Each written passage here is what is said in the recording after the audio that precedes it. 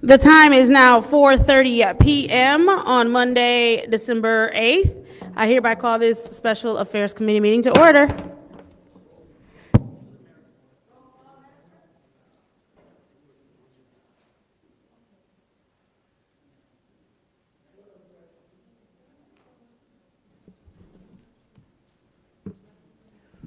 Mr. Alamin is not in. Dr. Lewis is not in. Ms. Johnson is not in. Ms. Priestley? Ms. Winfrey Carter is not in. Ms. Burns is not in. Ms. Mashat? Mr. Pfeiffer is not in. Mr. Jarrett? Present. You have 3 members present. We have 3 members present.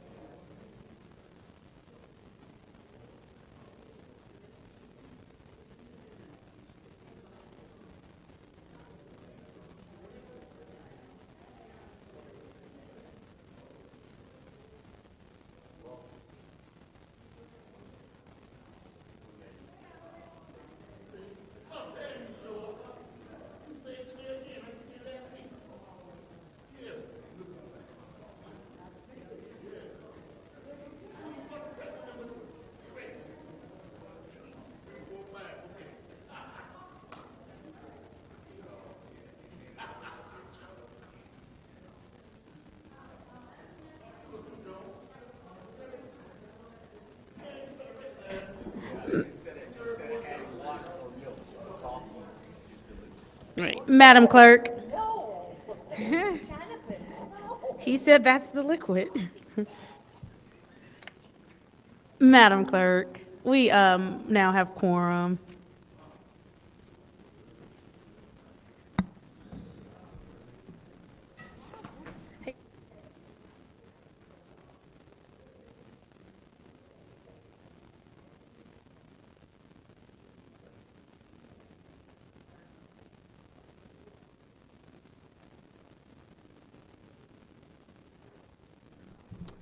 Okay, let me see. It is now 4:40 PM, and we will take another roll call. Mr. Alamin is not in. Dr. Lewis? Present. Ms. Johnson? Ms. Priestley? Ms. Winfrey Carter is not in. Ms. Burns is not in. Ms. Mashat? Present. Mr. Pfeiffer is not in. Oh. Mr. Jarrett? Present. You have 5 members present. We have 5 members present. It's now time for the reading of the disorderly person city code subsection. Any person that persists in disrupting this meeting will be in violation of Flint City Code Section 31-10, disorderly conduct, assault, and battery, and disorderly persons will be subject to arrest for a misdemeanor. Any person who prevents the peaceful and orderly conduct of any meeting will be given 1 warning. If they persist in disrupting the meeting, that individual will be subject to arrest. Violators will be removed from the meeting. Are there any requests for agenda changes and/or additions? Madam Chair, Councilwoman in the second ward. I would like to add a discussion about Consumers Energy closing down their drive-through and their drop box to the agenda. We can have a 15-minute discussion. We will order that after the discussion on the sign language interpreter.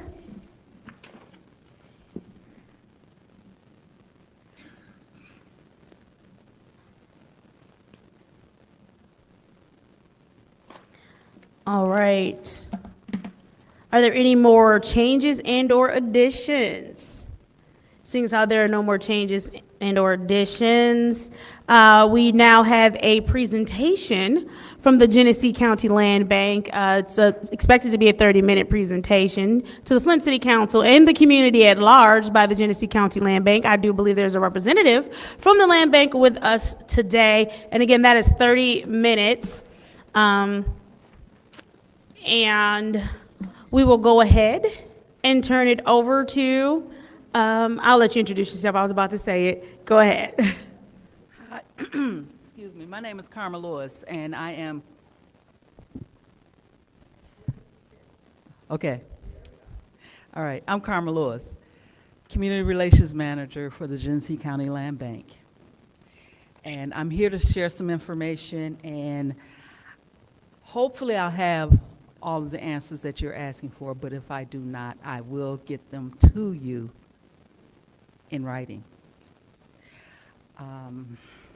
As you know, the Genesee County Land Bank receives properties from the county treasurer after the previous owners have stopped paying their taxes and the property reverts back to the treasurer. The properties do not come to the land bank with any type of funding to address maintenance. The land bank currently holds 13,000 properties, formal tax foreclosed properties. We work very closely with partners, including the city, to secure resources to maintain those properties. Since 2004, the land bank has secured and invested over $260 million in grants for blight elimination and revitalization efforts inside the city of Flint. And thank you for the $16 million ARPA investment that allowed the land bank to leverage an additional $41 million from other partners, bringing the total grants to $57 million, allowing us to pursue 1,960 commercial and residential demolitions countywide. More than 90% of these demos are inside the city of Flint. With all structures funded directly with city ARPA dollars have been knocked down, we anticipate completing the invoices, payments, and reimbursements in the coming months. We aim to complete all other grant-funded demo projects by the end of 2026. Timeframes from individual demos continue to be updated on the Flint property portal. Okay, as of Friday, December 5th, we've had 1,773 blighted structures prioritized for demolition. 1,722 of those were residential and 51 were commercial, including 91 recent burned and dangerous emergency demos. We have demolished 1,506 structures. That includes 1,460 residential and 46 commercial. Under contract and in progress, we have 200 demolitions. There's 115 properties that are on bid or about to be released for bids. And we're preparing another 134 properties for demolition. We have managed to remove 88 structures from the demo list. Those structures were actually purchased by people that wanted to either put them back on the tax roll or they wanted to demo them themselves. As the ARPA and match-funded demolition program winds down the next year, we continue to actively pursue additional funding to address the remaining blighted structures. At present, about 1,455 land bank-owned structures still require demolition in the city of Flint alone, requiring us to secure additional funding. The land bank is currently using the Flint property portal to conduct a citywide housing condition inventory. The housing condition inventory was previously completed by the city of Flint. It updates and the conditions of more than 50,000 properties. This information will help to better understand the community-wide challenges and, support planning for neighborhood revitalization, demolition, vacant land reuse, and home ownership. Once this inventory is complete, we will provide you with the details. About 85% of it is already complete. So once it's done, you'll have that information. Okay, and someone asked about blight. During the past year, we hired and trained 61 local maintenance crew and 22 full-time year-round team members. These crews inspect foreclosed properties, clear illegal dumping and debris, remove brush and dangerous limbs, clean out vacant properties to prepare them for sale, mow vacant properties, and respond to the resident complaints about vacant lots. We depend on our residents that reside in the neighborhoods to keep us updated on the property changes. If they see any type of issues, please let us know by going to our website, thelandbank.org, and click on the Report an Issue tab to let us know. That's what I have. Questions? All right, thank you so much for that presentation. At this time, we will go ahead and open it up for any council members that may have questions. We're going to start with hopefully every council member just taking 2 minutes for now, and then we'll kind of go from there. Is there a council member with a question? Madam Chair, Councilwoman in the 4th Ward. Good evening. Thank you so much for coming. I appreciate you being here. There's a lot of questions. In the fourth ward, you know, there's a lot of vacant structures, as well as a lot of, business, commercial properties, excuse me. I know that additional funding is being sought. I've been in many conversations with the county treasurer and with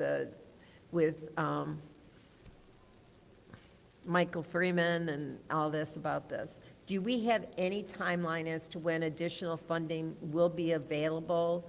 Or are we waiting until this round of demos are being completed before more funding is sought, or is that a continual process? It's an ongoing, I'm sorry, it's an ongoing process. I don't have any dates as of this moment, but we are, always looking, always hoping. We do have some grants out there. At least we've applied for grants, but whether or not we receive them, we don't know yet. One of the major problems, other problems that I hear complaints about is people trying to purchase lots, side lots, and taking forever for that to happen. And is anything being changed down in the office to make that a better solution? Yes. Actually, we're in the process of accepting resumes. We're looking for they're looking to hire someone in the sales department. And when that happens, I can't say right now, but hopefully soon. I have been willing to help them out. People that have questions about what's taking so long, they are welcome to contact me, and I can check it out on their behalf. Okay, thank you. I'll yield. Thank you. Is there anyone else who would like to ask any questions? Hi, good afternoon. Madam Chair, Councilwoman in the third ward. I'm sorry. Glad you came out today. You knew I really don't have questions, but I just want to make sure that the information kind of gets out there for the people. I know a lot of people ask me about properties and where they're at on the demolition list is there funding for it?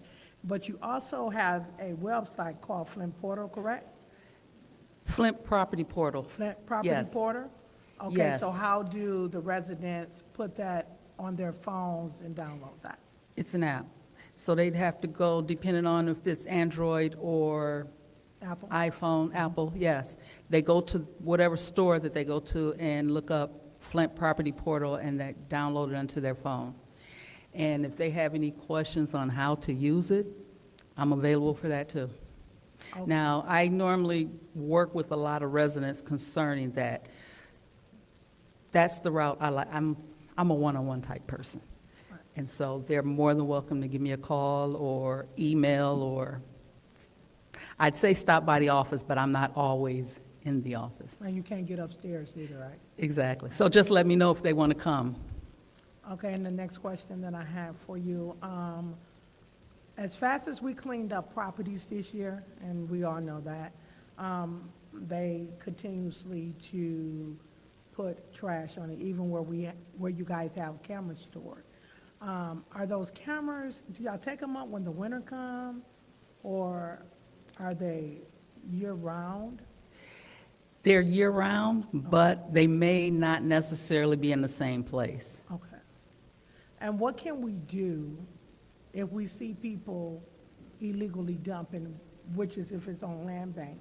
Because land bank has property and Flint City has property. What can we do in regards to people illegally dumping if we catch them? That Are would we able be- to take pictures? Are you guys able to prosecute them? What are the penalties for illegal dumping? You would actually have to call 911 or call the local law enforcement. We do not have security on our staff to go out there and do anything when people are dumping in process. But I mean, thank- That's it. But thank you so much. Job well done. I know you guys have crews out there in the summertime doing the clean and green, and you guys do a great job. Just keep up the great work. Thank you. Is there anyone else who would like the floor? Madam Chair. Councilman in the 8th Ward. Hello, thank you for joining us this evening. A couple quick questions, just as budget-wise and our goals and matrix, or metrics on what was planned versus what is being delivered. So you're saying that we've demoed, completed today residential 1,400 some? Is that correct? Residential, yes, 1460. 1,460. Yes. And my quick math, you had about 450 either being bid or getting ready to be sent out to bid, is that correct? There's 200 that's under contract and in progress, Okay, and then there's 115 that's either on bid or about to be released for bid. okay. And then another 134 that's being prepared to go out for bid. So 450-ish, and then, so that gives me a rough number of 1,900 total. So does that mean that the 1,900 is all the dollars expended, or we still have dollars or ones to be put out to bid after these 1,900? No, that, it's already been put out. This process, okay. The ones for the ARPA funds, that's complete. Those have already been out. We are invoicing, doing the final invoicing, so the work has already been done. What do you mean? So 1,400, so all of the ARPA dollars are done? Yes, Because we were promised 2,200 under the ARPA dollars. okay. I'm not sure what you were promised, but I just know that I'm like, those are- that's every news outlet in the city and in some outside of the city that the 16 million, we were 2,200, and now you're saying it was only basically a little bit more than half of what was promised? 1,500 structures have been demoed for the city of Flint. Oh. 1,460 were residential, 46 were Yeah, commercial. I'm understanding that. I'm just trying to figure out how we're so far upside down from 2,200 of what was promised when we gave the money versus, I'm gonna say 1,500. It's So we're- basically cost. A we're lot of the set- costs did increase. But we're 700 structures light on what was promised, and we gave all of these dollars when most of the inflation had already incurred. They cost 50% more to demo these houses than what? I mean, because the residents were promised roughly around 2,200 structures, and now we're throwing the towel in at 1,500. I think that's a 50% under promise. Okay.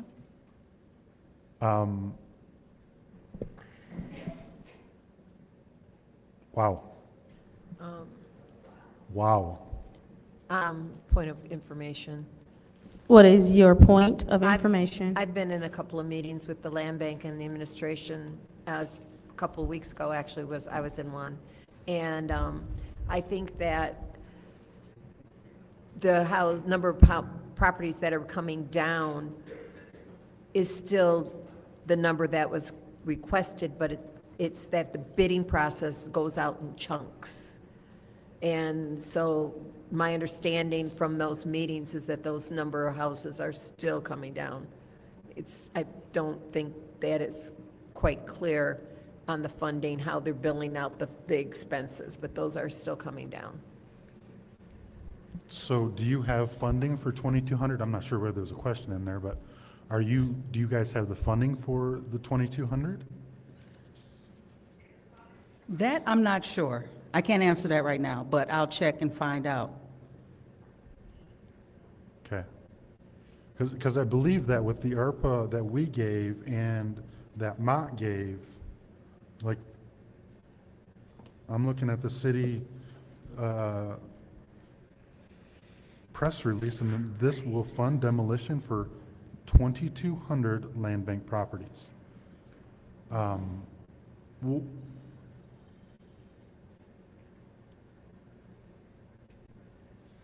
What was the, do you know what were the cost overruns that were 50% higher than? I'm sorry. What say were it. the cost overruns that were 50% higher than That I expected? don't know. That I don't know. I don't have that. But I can check and let you know. That's okay? Okay. I mean, I think this is going to break some news that we're 700 properties short of what was promised. So, Right.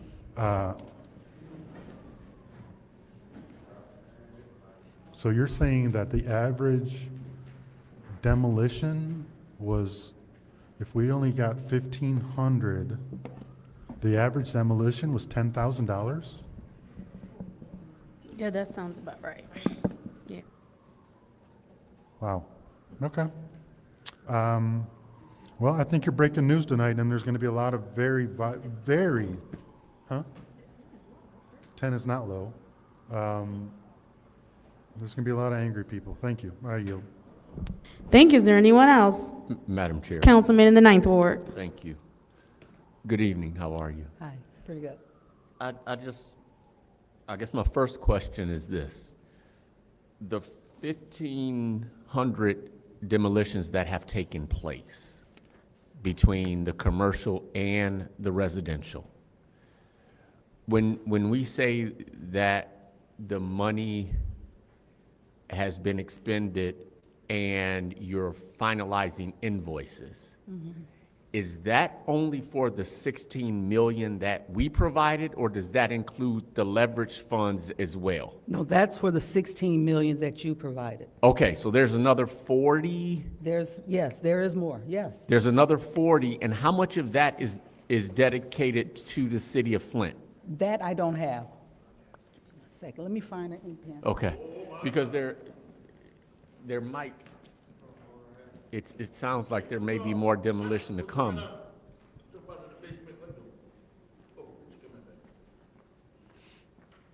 Sorry about that. So we haven't expended the entire pot of money, including the leverage funds. Correct. Okay, now, was that pot of money, 56 million or so, was it all to be for demolition, or were there other maintenance and those type of allocations as well? As far as I know, it was all for demolition. Okay. But 10% of that, of the 57 million, was out county. 90% of it was for the city. Okay. And when we're talking about the demolition being complete in 26, that does not include the other 40 million? Correct. That includes, the funding that will complete by the end of 26 includes the additional 41 million. So it does It include yes. the. Correct. Oh, okay, so I'm just in my mind sort of adding things up. So over how many years have we been doing demolition with the ARPA monies?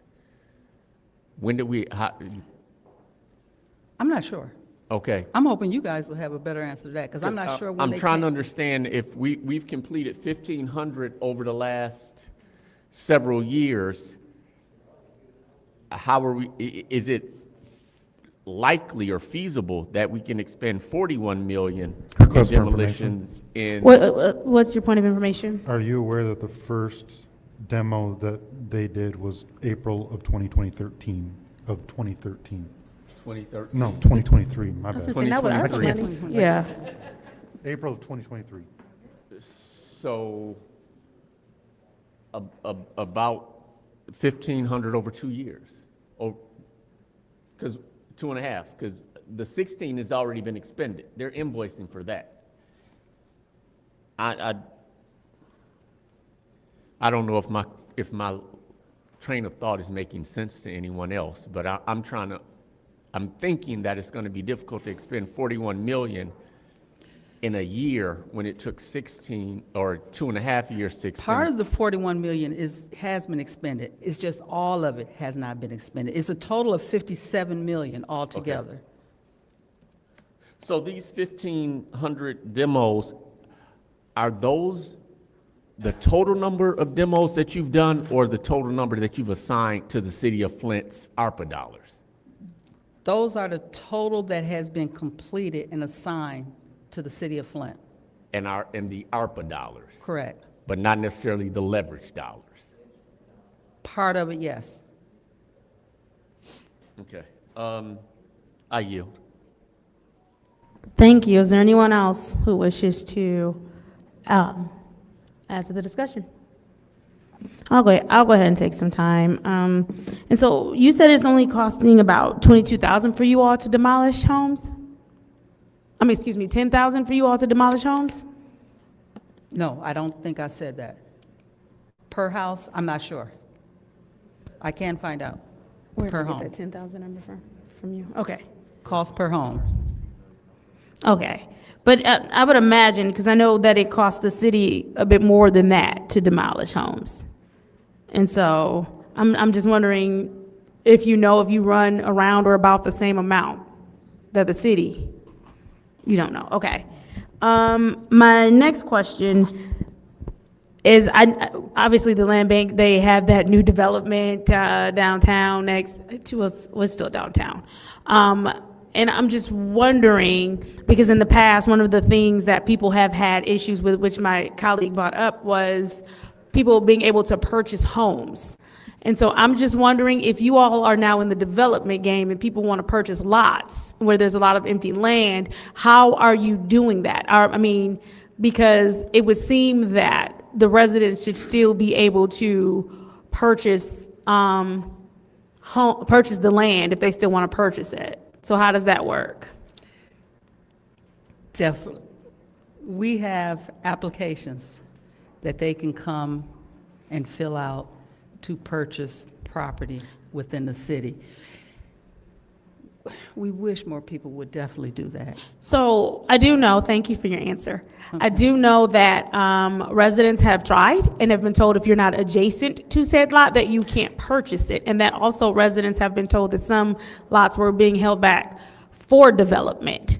And so I just want to make sure that, let's start at the beginning. What is the motto of the land bank? Because I know initially the land bank was not put in place to develop. And so how does this work now that the land bank has decided to be developers? Because there are a lot more stringent rules on how people can and cannot purchase property. And I just don't want it to be because of a competing interest that people are not allowed to purchase property. Now, I think there's a misconception. The side lot program is specifically for homeowners to purchase adjacent side lot. But if someone wanted to purchase property that was not a side lot, they are able to do that. It's just, they have to purchase it at market rate. They would not get because I believe the side lot is like less than $100 for that one adjacent No, property. I'm talking about property overall. I'm not even talking about, because that was one of the reasons that I decided to use the term that they were told that they had to be adjacent to it, when obviously there is a lot of land and properties that people are not necessarily near, because you have blocks and blocks of property for the land bank. Right. And so, again, there have been people who were told that certain things were marked for development, and so they couldn't purchase. And so I'm just trying to understand how that works. If they want to develop it, they're more than welcome No. to purchase it. But it's not, the way it is, if there's there's some areas of Flint where there's an entire block. Correct. That's vacant. They're not trying to sell a lot, an individual lot, off that block they would prefer someone to come in and develop the entire block instead of just a small piece of it. Do you follow what I'm saying? I understand exactly what you're saying, yes. And so is there a discount that comes with me purchasing a whole block, or am I just buying a whole block at full price, especially when I just might have only wanted the corner, or maybe I just wanted two of the parcels? It is at market rate. So no discount, okay. And then, I know the answer to this, but I know a lot of community members, and congratulations on having 22 full-time crew. That's actually really happy That's actually really good news. And then also with the 61 local maintenance people, that's good to hear as well, because one of the issues that we do run into is with land bank property. And I know you said that you all have 13,000 properties owned by the land bank, right? And I think you said 60% of that is in Flint? No, that was the demo numbers, but you had 13,000 owned by the land bank in the city of Flint. Right. And so I know that's a lot of property to keep up with, especially if you only have like 61 people or only 22 people doing something. And so what happens when you have land bank property where the trees are, now growing onto someone else's fence or the brush or something, and that it happens to be a problem for someone else's property? And sometimes residents are told that it will be taken care of, but then we're a year or 2 years out, and then it's still, they don't do the pass-through. And I understand why, you may be limited to how many times a year you can, but what happens then? Okay, I'm not sure if I'm. So okay. Now- Go ahead. If that tree or whatever it is about to damage someone's home, we will send someone out there. But there's, Or like the fencing, because sometimes like it overgrows. and some of those would be the responsibility of that homeowner. If it's There's- if you're. Even if it's, Go ahead. okay, if there's a tree on the land bank property. And if that tree is going to fall, we will come out there and take care of that. But if it's some limbs that's growing onto the neighboring property, it's the neighboring property owner that would have to take care of that part of that tree that's on their property. I know, I don't like it either. Is there a reimbursement program if I'm taking care of your tree? No, because they consider it as you're taking care of the part that's on your property. And whatever is on your property would be your responsibility. Understood, but here's the thing, it wouldn't be on my property if you were taking care of it. So if, you see what I'm saying? And not you, Karma, but Yeah, I know. Land Bank, the entity. So. Okay. And then I know that there are partnership opportunities with the community. I do want to give you an opportunity to talk about that, because the Land Bank does have a lot of good opportunities for partnership with the community. So if you want to take some time to just kind of talk about some of the programs that you all have. Well, one of my favorite programs is the Clean and Green. Okay. The Clean and Green program, and that's where residents are encouraged to participate. Resident groups, some of our council people are a part of that also, and they receive a stipend for maintaining each property. One full land bank property would receive a $25 I want you to be stipend. able to finish, and Councilwoman Burns just walked in. Can we do 10 more minutes? What does everybody think about that? Motion to extend 10 minutes. Thank you. Is there support? Moved and probably supported by the councilman in the first ward. Roll call, Madam Clerk.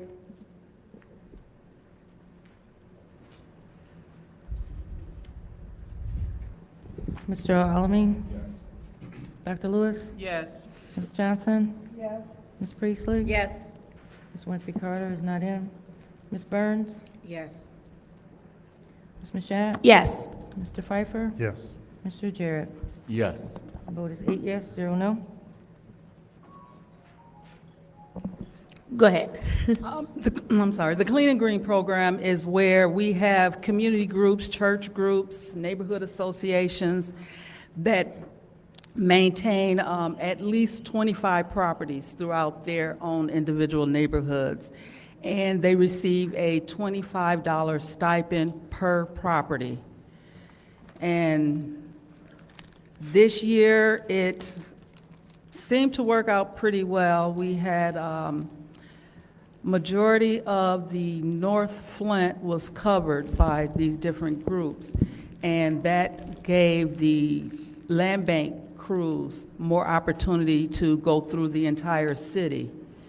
And normally they get through the city once, maybe twice. This year, they were able to start a fourth go-around throughout the city. That's pretty good, because I know normally they're only may be able to do too, so that's pretty good. Did I hear you correctly when you said there's a stipend provided for park adopters? No, No, not These park are the adopters, but clean and excuse me, green. Yeah, lot the- of park, or lot yes. adopters, not park, Yes. lot adopters. yes, the ones that are maintaining these properties through the Clean and Green program. Okay.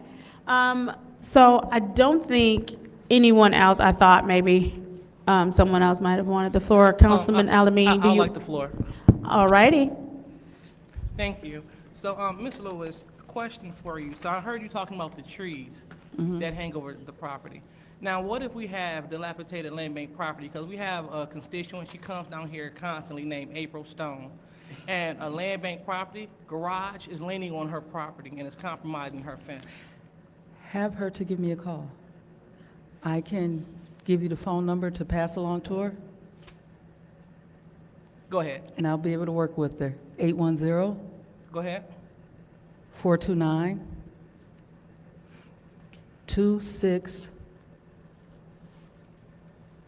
Let me make sure I'm giving you the right number.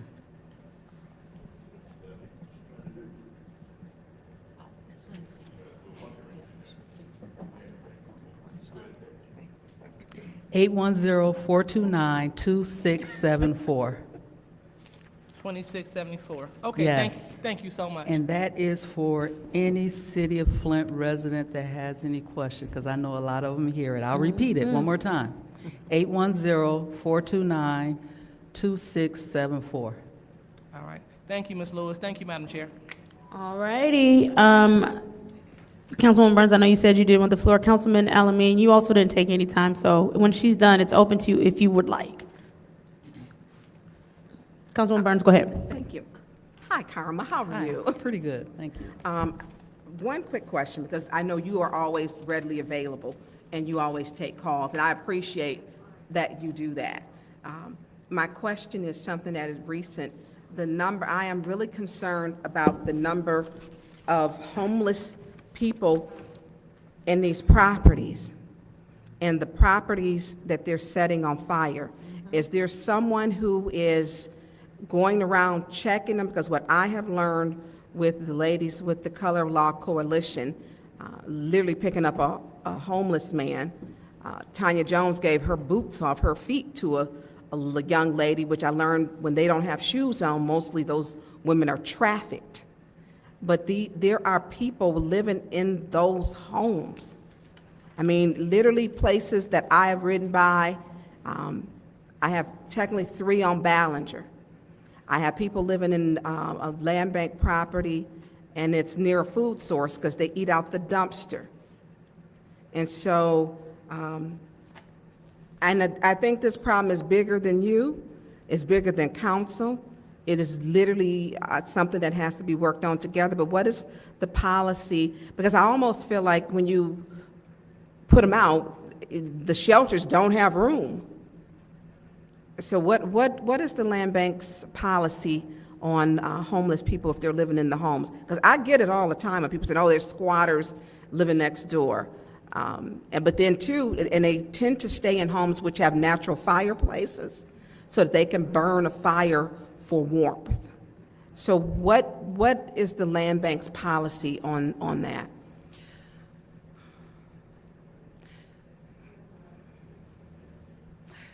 When I started working at before I started working at the land bank, I knew squatters was a problem, but once I started working there, I realized it's a bigger problem than I imagined. And people, what we are trying not to do is make this, homelessness is not a crime. Right. And we've connected with the resources. I have connected with the resources that are out there in order to get these resources to people. We have not been legally evicting people, because once we tell them that you cannot stay here, they leave. Whether or not they go to a different land bank property, that We think that is really what's happening. They leave for one property and go to another. We've been working with GHS to get people help. So That's where we are right now. So it is a big problem in the majority of these properties, we went, and the ladies have been going back feeding the homeless, which they're living, and literally they come out from places you don't even, it is unimaginable. It is a bigger problem than I ever thought. It's heartbreaking. And then when people live, their food source is a dumpster. And so, I will follow up with you, but that's, and it's hard when I get a resident say, well, they're squatters, and I know the shelters are full, that they are not taking people. And then I had a conversation Friday, which was, hey, we will take the women and we'll take the children, but the men are kind of gonna have to be on their own. And that's what I was told. If they're out there, and it's cold. And so I will follow up with you, and we'll have a conversation, because the city needs to work with the land bank to develop a plan. We've got almost 400 churches here to request the churches to open up their doors. You got to have the heat on anyways, to open their doors to allow them to come in. If we get one church for one day a week, that's only 7 churches, and if we can get volunteers. But our homeless problem is huge, and a lot of them, they know their land bank properties. And that was just my concern. And then also with the fires. Is the land bank, have they initiated or requested an investigation for all the arson fires? We were out feeding the homeless, Rankin, Genesee Street, literally from McClellan to Hamilton. That square was just ablaze. I mean, every fire truck and then other communities were there to help, other agencies. I mean, is anyone initiating, hey, we need an investigation to find this arsonist? Yes. We have a gentleman on staff. His name is Dwayne. He's been spearheading that particular effort. Okay, Thank you. thank you. for that.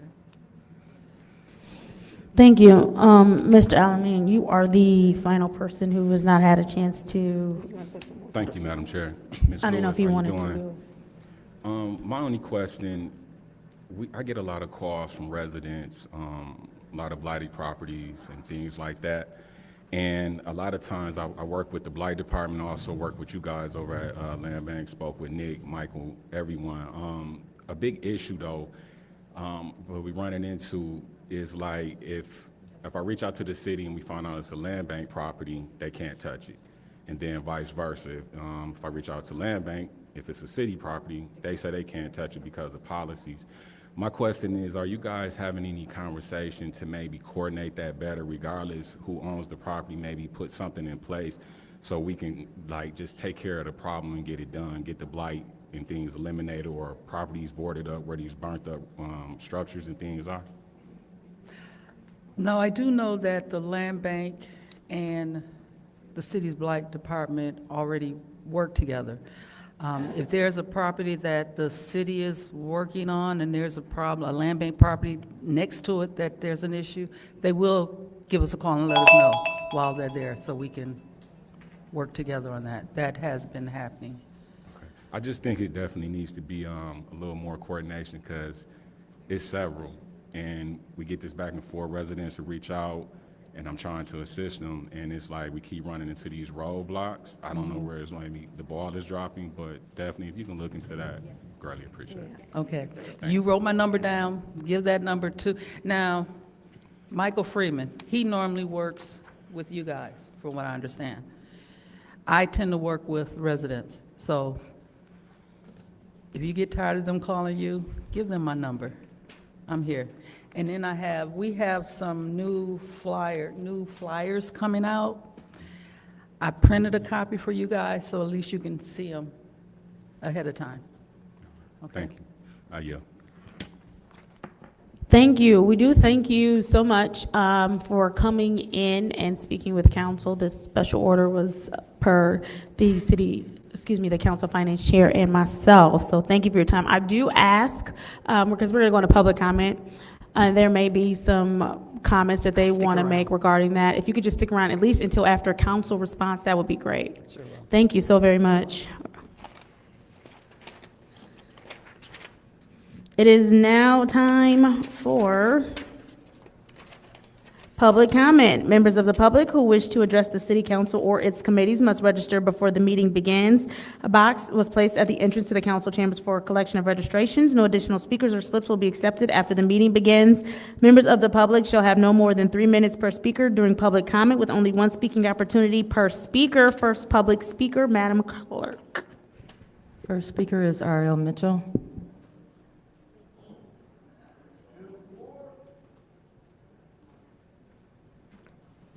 Hello, Councilman. I'm R.L. Mitchell. I live at 759 East Linden Avenue. For the record, last week, to you, Madam President, to Lavina City Clerk, we had a scare last week because they said you was in the little man downstairs sending you back to college to get some more education, and they almost broke up the form. Thanks to the third ward, she walked in. She didn't know about she saved the council meeting. And after the council meeting, about the land bank situation, what the lady just got through talking about, it's a situation over there by Golden Gate. Hey, Breck was over there this morning. It's a house over there. It's a handicapped woman. 6 houses on the block. And the land bank called itself, punished the lady because she had trees growing through a little fence. And they sent 2-hour council ladies over there.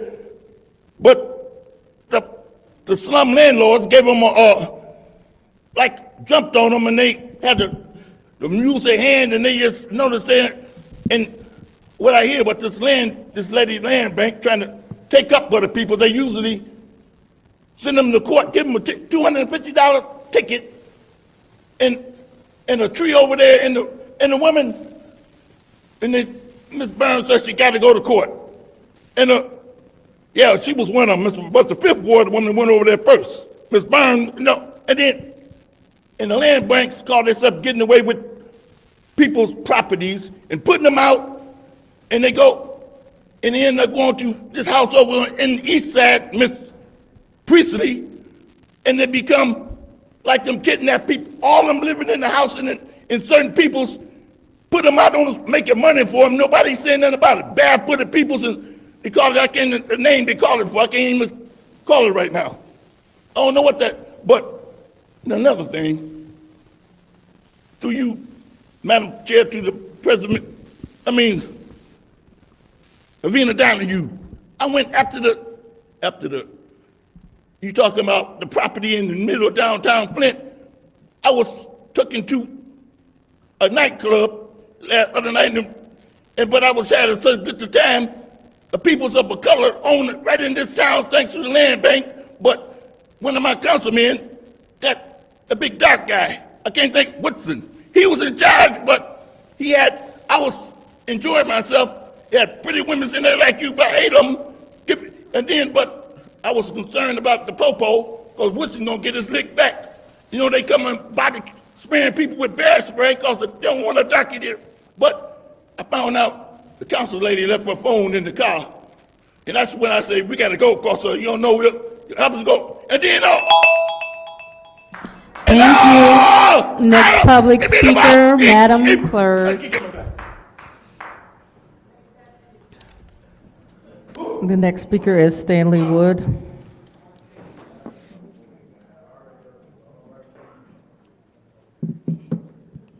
Thanks for the 10th Ward Councilman over there.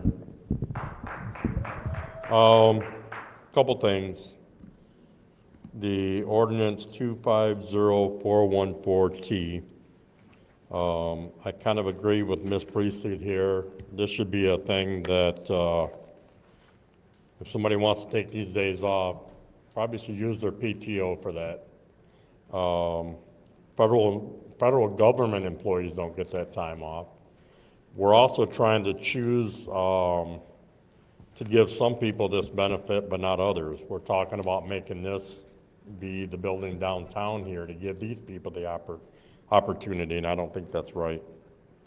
Then the special order discussion about sign language, it's definitely needed. I want to share something I thought was interesting that I seen online today. That a lady that came here to the city hall to do some business, and on her way out, she thought she'd stop and get a water filter, because you know our water ain't safe. She asked for it. The lady asked her for her ID, took all her information down, and told her to go out there and grab a box under the Christmas tree that says Merry Christmas. She opens it up, and it's water filters. What the hell is going on there? And ironically, the picture was, or the wrapping paper was of the Grinch. That was really fitting. Arson. Obviously, we know it's a big problem around here, and in my opinion, I think one of the councilmen was making a joke, or councilwoman, said, okay, the evidence is here, now what, with googly eyes? Maybe that person could get a hold of her arsonist person and find out if he's doing any of these. I don't know. But arson is a serious problem here in Flint. And then for the people that believe that the first ward councilman is innocent until proven guilty, he should be having his trial by now, but his lawyer's trying to find a better deal. You don't find a better deal for somebody that's innocent. You find a better deal so they do less time in prison or plea bargain down to, you know, just a misdemeanor or something like that. Just my opinion.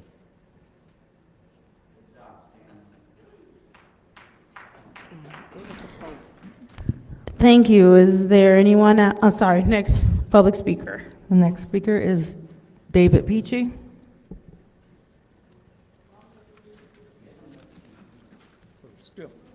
Yeah, Dave Peachy from the 4th Ward. I want to make some comments on the land bank. The land bank is the biggest ripoff this city's ever seen, and they're getting away with it. I live on the east side. Every other house has been burned down. A whole corner is burned down, right? Foundations, all is there. During this summer, they'd come over, and there's a practice over there. What they do, be on a corner lot. There'd be maybe 2, 3 houses that burnt right down. They'll take one house, in the middle maybe, and clean it all up. Then leave the 2 vacant, they're right there with the heavy equipment. They could get all 3 of them, or 2 of them, 1 of them. They leave them corner lots a mess. They haven't improved the neighborhood. They've cleaned up some of it, made it look good. And she knows what I'm talking about. She don't say nothing, but she knows what I'm talking about. And it's so bad. They haven't improved a damn thing over there. There's houses that's been burnt for 10 years, still sitting there on a corner lot, but the house, 100 feet away, they clean up. But the neighborhood still looks bad. People want to buy them properties, but would you buy a property if the lot wasn't cleaned up? I don't care how nice one is next to it. You can't build anything. You can't sell it, but it doesn't improve the neighborhood. I've seen that equipment over there sit, big bobcats, backhoes, everything, sit on a lot for a week, maybe even longer. I've seen these trailers come in that's got to haul all this junk away.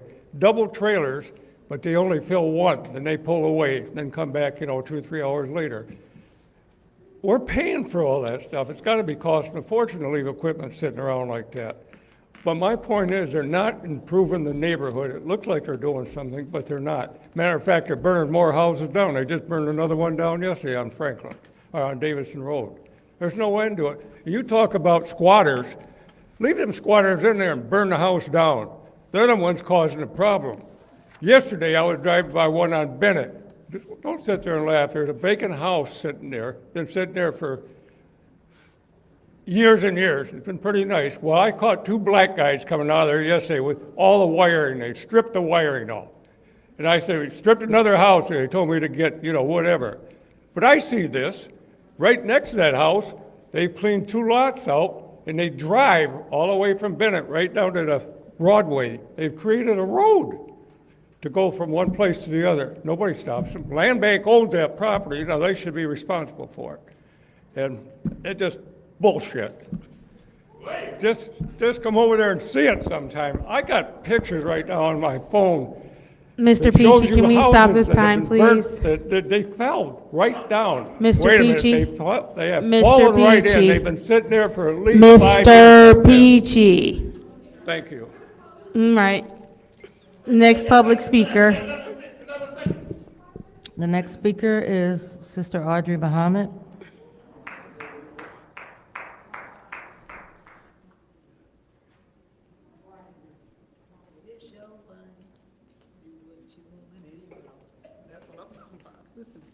He's funny. He's funny. Good evening. Couple of things that I would like to address. One is, and I will be following up with the Flint City Police Department. I filed a complaint on October the 31st. I know officers are here from a harassment from an officer who came here in the council chambers and harassed other people, but he was at my house. I did contact Councilwoman Tanya Burns about it, haven't heard no follow-up from the sergeant who took the complaint, because he found out that the officer didn't have his camera on him, period, nor did he have his camera on. Couldn't find any tracking or anything from his body cam. But I showed him on my house cameras where this officer was in the driveway, and I addressed him by his name. So the sergeant probably haven't contacted me because they're probably trying to figure out a way to cover it up. So I will be following up with that, but I just wanted you all to know that Flint City Police, I do not okay or agree with you all getting any more money till you start handling properly the citizens of Flint and taking care of them. Number two, council slips that's back in the back. How come there's only 5 being put out? Is that even legal? That's a question for the legal team. Why are you all only putting out 5 and trying to limit the citizens of Flint from coming up and voicing their rights to complain or their concerns? You don't put out slips 5 at a time. You put the slips out, and then when they get through and they're gone through, then that's one thing. Then you take them up. But put 5 out at a time, it's like you're trying to control the citizens of Flint. But remember, it's the citizens' tax dollars that's paying your salaries. And then to address the arson, that's a big problem. But the city police, wasn't they given a camera footage of the gentleman who burnt up St. Mark's and still haven't followed through with it? What are you doing, Flint City Police Department? You all have to do better by the citizens of Flint. Let's be real. If we got an arson on the loose, you all know, and it's probably cameras around. Because when the campaign headquarters burned down, there were cameras around there on the churches. There was cameras on people's houses, and did anybody go to those houses and demand the cameras? You'll demand it if you want to go and get information and see who's selling drugs or who's doing whatever they want to do around there. You'll go ask for that camera footage, but no one went and asked for the camera footage. There's a house right across the street from that campaign headquarters, and they were never asked for the camera footage.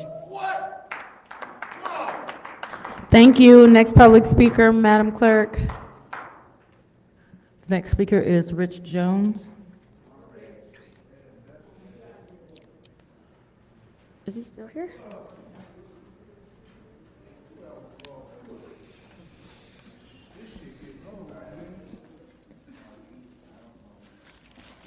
How y'all doing today? This something been on my mind for a long time, and that's the 3 minutes that we are allowed to speak. Because, I often talk to members residents of our city, who used to frequent this city council chambers when it used to be a whole lot of interaction between the city council and the residents of Flint. And they told me that it was once a time where a resident would come up here and say something, and it would actually be interaction between that resident and the city council. And something else that is crazy, y'all only have 2 minutes to address us. And I talked to my sister, Miss Claire, last Wednesday, and I said, you know what? Me and you, we going neck to neck on coming up to the elector and not get none of they 2 minutes. But you will give somebody that bring props 2 minutes, somebody that just has really nothing to do with city business to keep it real, far as improving the quality of life for the residents. And I just ask that y'all really start putting the residents first. A lot of y'all decisions are personal decisions, not what's best for the residents. That gotta stop. Before I end, I am in need of some help. Donald Trump has hit me too. Normally put out enough money to get 150 t-shirts with color designs that I like. This time, the 150 turned into 100, and the color design dropped down to black and white. So I appreciate y'all. And also, I got my Feed 60, that's coming up Christmas Eve. Still needs donations to make sure that's gonna happen.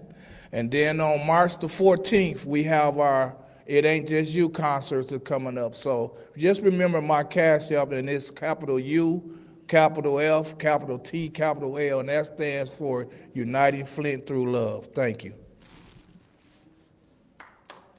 Thank you. Next public speaker, Madam Clerk. The final speaker for this meeting is Tanya Jones.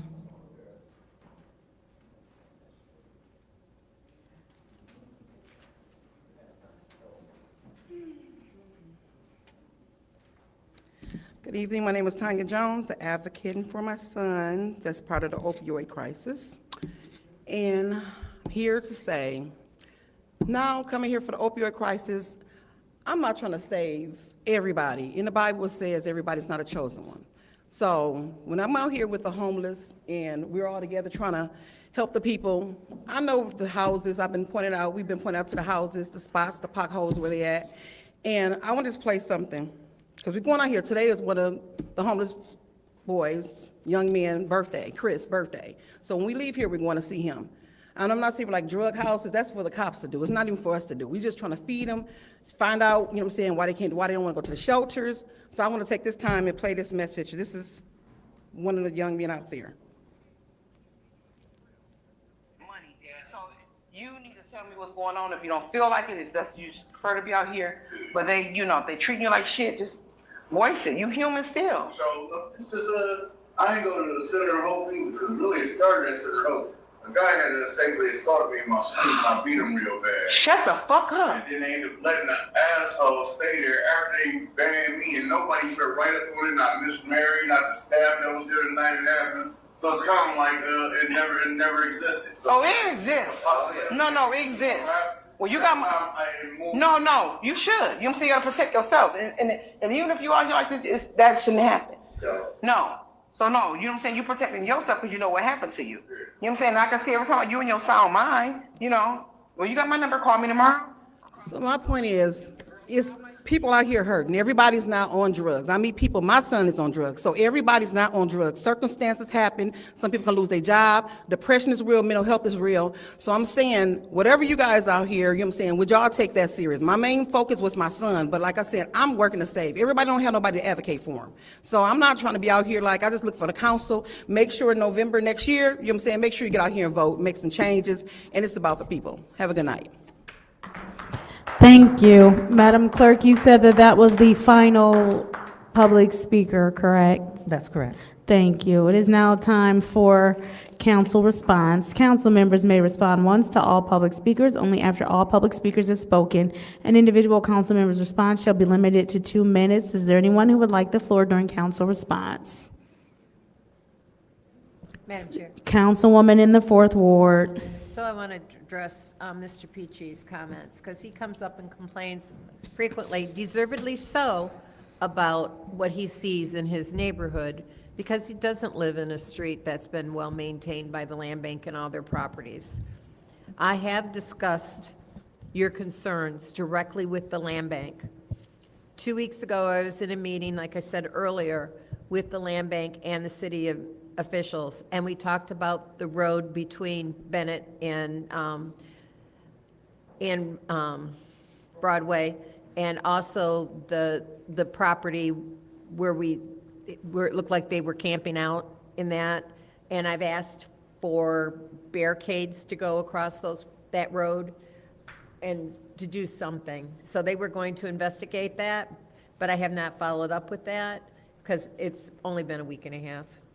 So I wanted to let you know that I do follow up, but it does take some time, and I expect them to take at least 3 weeks to do anything. Thank you. Thank you. Is there anyone else who wishes to speak during council response? Councilwoman in the second ward, you have the floor. Thank you so much.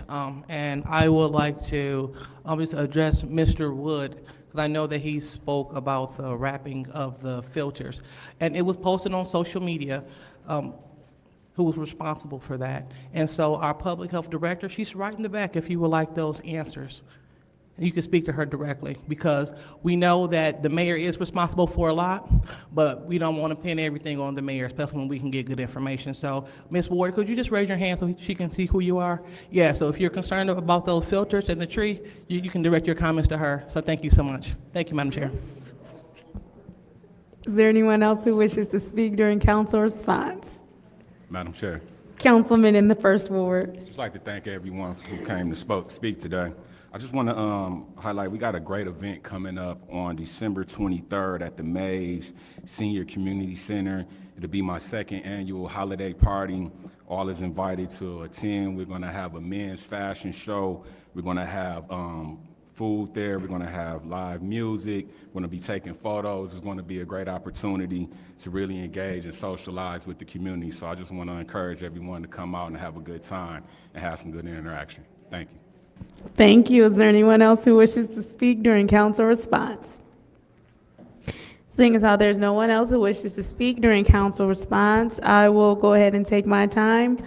I do want to thank the Land Bank once again for coming and speaking with residents, coming to just give a presentation.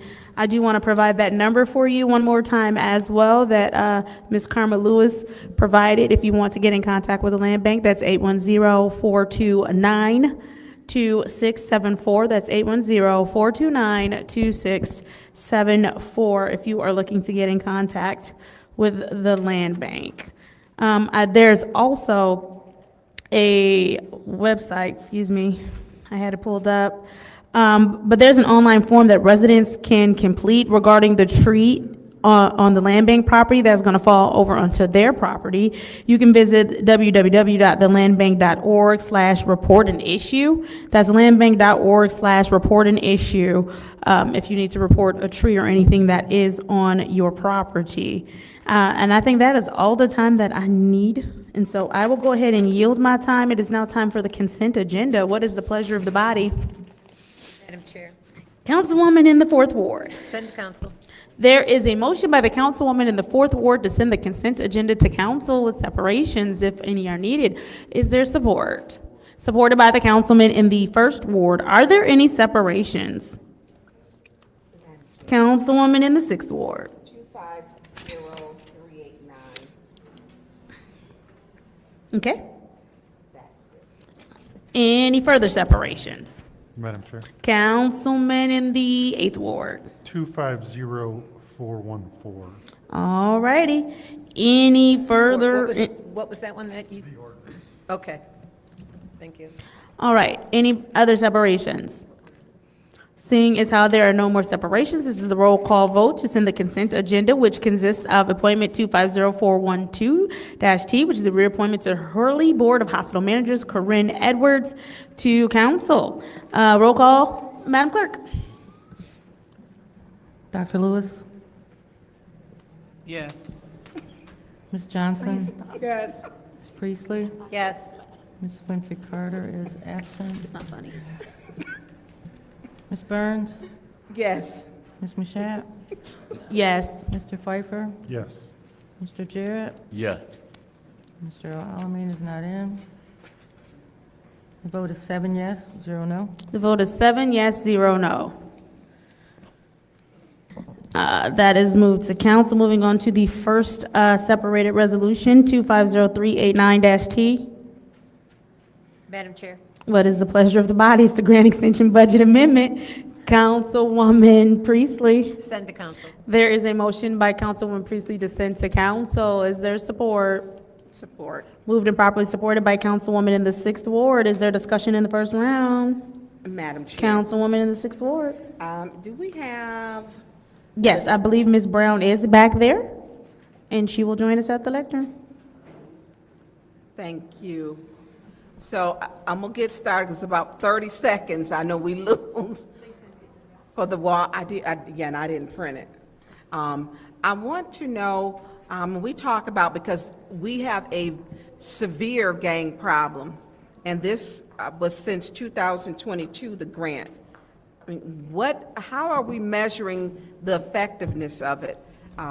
Because we have a gang problem, we have a gun violence problem, and what are we doing besides, let's go to a meeting, you know, what are we doing for like violence interrupters? What are we doing that's working? Because last year, 2024, 10 children in the city of Flint were shot. I believe 6 fatal.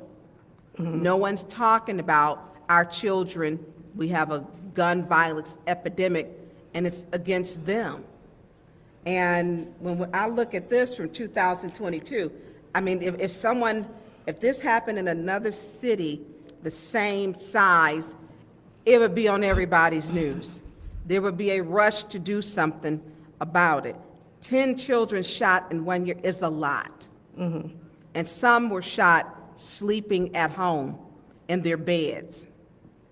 So when we look at this, and I didn't know that this one existed, we did get the email, but what are we doing what are you doing to make effective change? So we did implement our peer mediation program in collaboration with Flint Schools in January of this year, which we're actually on a standstill because we haven't had our no-cost extension approved, and we're supposed to be going back into schools next month. And we also have allocated up to $450,000 for the community-based organizations that actually do community violence intervention, and that's also at a standstill. So we haven't been able to choose those organizations due to the government shutdown. So that was a pause, and now we have the no-cost extension pause as well. So we haven't been able to choose those organizations. So what are the organizations that have worked with before? So that was the This is information since- that was the information that I sent over in the email, which showed the organizations that were awarded, how much they were awarded, their quarterly report, as well as their final report. Okay, I don't have my laptop with me because it's not working. So, I will ask, and through you, Madam Chair, to the clerk, if someone could print me out a copy, I would appreciate it. That way I can have that to look at. Okay. And so the organizations that we will be choosing from would actually apply for funding back in September. So that all of these Is things. this with the Faith Foundation, or was that a part of it? Faith Foundation was one that applied. Okay, and so this would be funding to re-up these programs? Yes, to continue this work. And that's only up until September of 2026. So we literally have about 9 months to get the funding out and make sure programming happens, or we're going to have to send federal funds back. So Why did we wait so long? I mean, we've had a uptick. This So is it's been- 2022. yeah, it's been a lot of back and forth with the DOJ as far as like when a new administration came in. That's what Seamus spoke to back in November, and then we had the government shutdown, which further extended that, and now we are at the no-cost extension being paused. So And I can see 2024, and that's going to be, but this is 2022. I mean, that was a lot of time that was lost. I mean, it's no secret, we have got a gun violence problem. no, for sure. Yeah. And so if you look, so I meet with state officials and other CVI offices, And they can even speak to it as well. Implementation of CVI programs take up to anywhere from 2 to 5 years to successfully implement in the city. And so we're actually going into what would have been year 3, but because of the DOJ and the back and forth with all of those things and the government shutdown, this is technically our year 4, which would be this extension.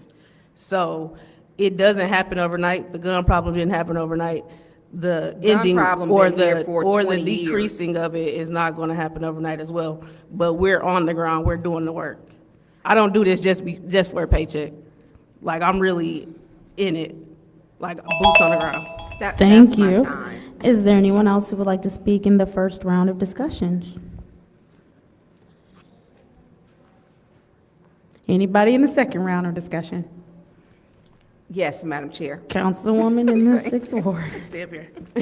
Yeah, because I've talked to these parents, and I've seen people dead, and their kids and fathers, you know, and I've been to homes where the bullet was this far from a 3-year-old's bed as he laid in the bed. And so, I mean, and I'm looking at this in 2020, I get maybe a year, and now it's, let's use these funds. But how do you, because this is only a percentage of the pay. So, and I'm gonna print those, I know this will go over to council. But my question, how do you separate, because this is for gun violence, but you get paid out of other pots of money. No, I get paid specifically from the CVI grant. Well, other people, and then on here, I think it only has a portion of your pay on it, I believe you had told us. And that's because after the cyber attack, it messed up the BSNA system, but we do have the corrected budget that is that is approved through the DOJ. Okay, is that what you sent to us also? That was not requested. Okay, how long would it take for you to get that to us? It wouldn't take long, but I can give you those numbers. I mean, do you want to? What do you want to know? The remaining amount is for salaries? Yes, like, Okay. we did ask for salary, like what was the breakdown? Initially, we asked, because I believe you had stated this part that was on here, you said it wasn't your full salary, and that you were paid, I think Councilman Pfeiffer had asked you, you stated that your wage was higher, but how do you separate, how many grants are, I think it's 3 other people underneath you? So it's I have one employee, which is the community liaison, which is paid 50%. We have our grants coordinator, excuse me, and then we have the chief resilience officer. However, the remaining amount in salaries is $115,945. So each person is working, who are paying, they're working on these gun violence, partnerships in the community. They're actually working with something that's measurable. Correct. What are they doing to other people? So I'm 100%. I look for different grant opportunities. I attend our community safety collaboratives.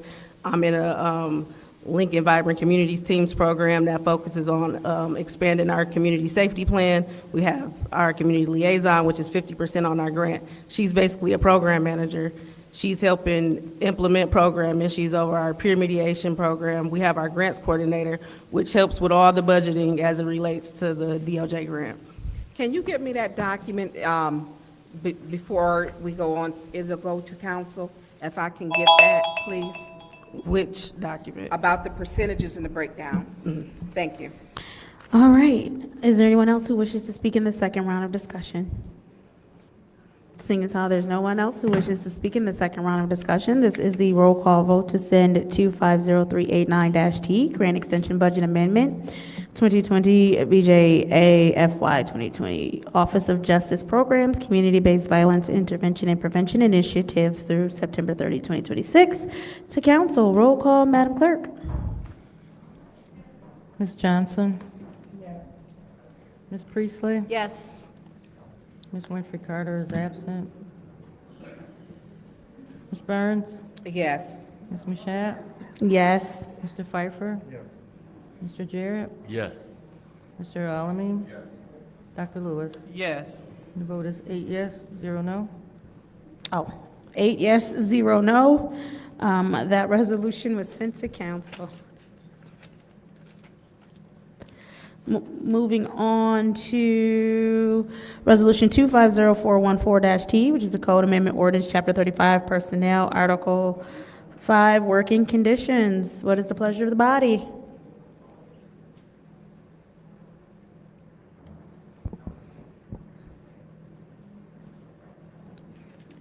Madam Chair, send to council. There is a motion to send to council. Is there support?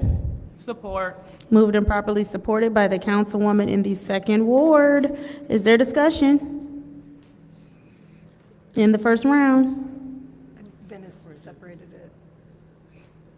All right, no, Madam no, any Chair. discussion in Madam the Chair. second round? Madam Chair. We're in the second round, go ahead. Yes, I was wondering, do we have a dollar amount as to how much this is going to cost the city? Through you to our CFO, do we have? Mr. Moore?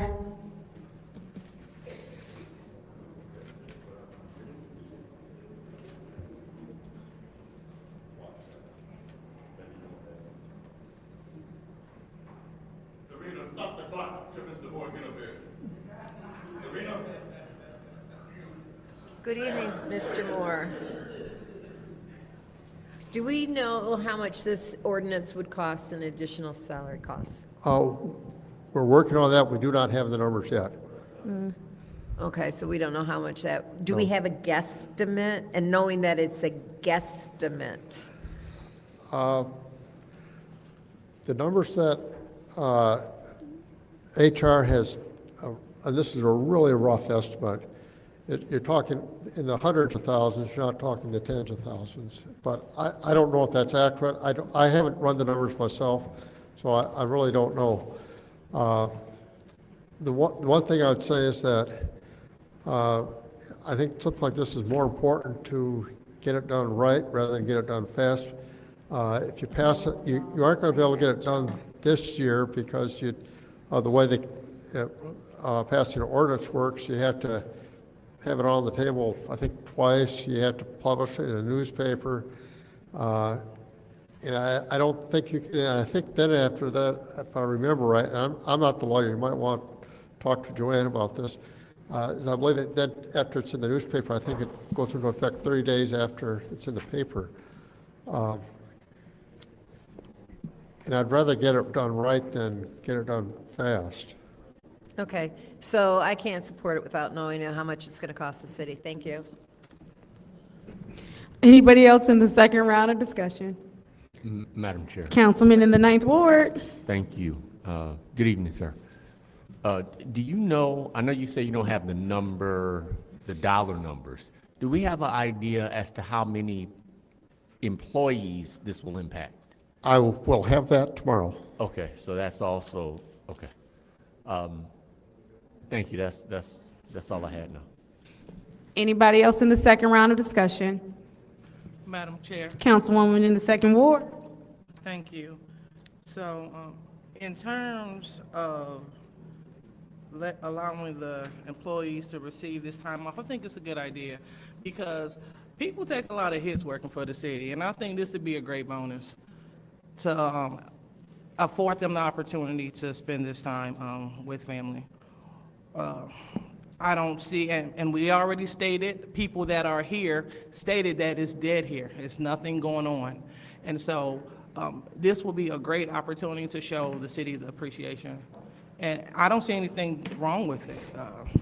You know, when I hear, you know, when numbers being requested, sometimes we have to lean on just doing something for the good of the order, for the good of the people, because we have these employees, they show up tirelessly every day. And during the holiday season, you know, the holiday come quick. We have Thanksgiving, Christmas, New Year. I mean, we'd be remiss not to do something for our employees, only for one day, so they can extend, so they can pretty much utilize and extend their time. So I'm totally in favor of it. I think it's a good idea. I mean, it's just good politics and good business. You know, whenever we want to compare municipalities, saying what are other people doing, that's definitely a great idea. But we also must look at the fact how much those people are getting paid as well. You know, a lot of people that work for the city, they take a hit. They love working, they love the city, so they work here. You know, and so this is just the least that we can do for the employees that choose Flint. Thank you. Thank you. Anybody else in the second round of discussion? Madam Chair. Councilman in eighth ward.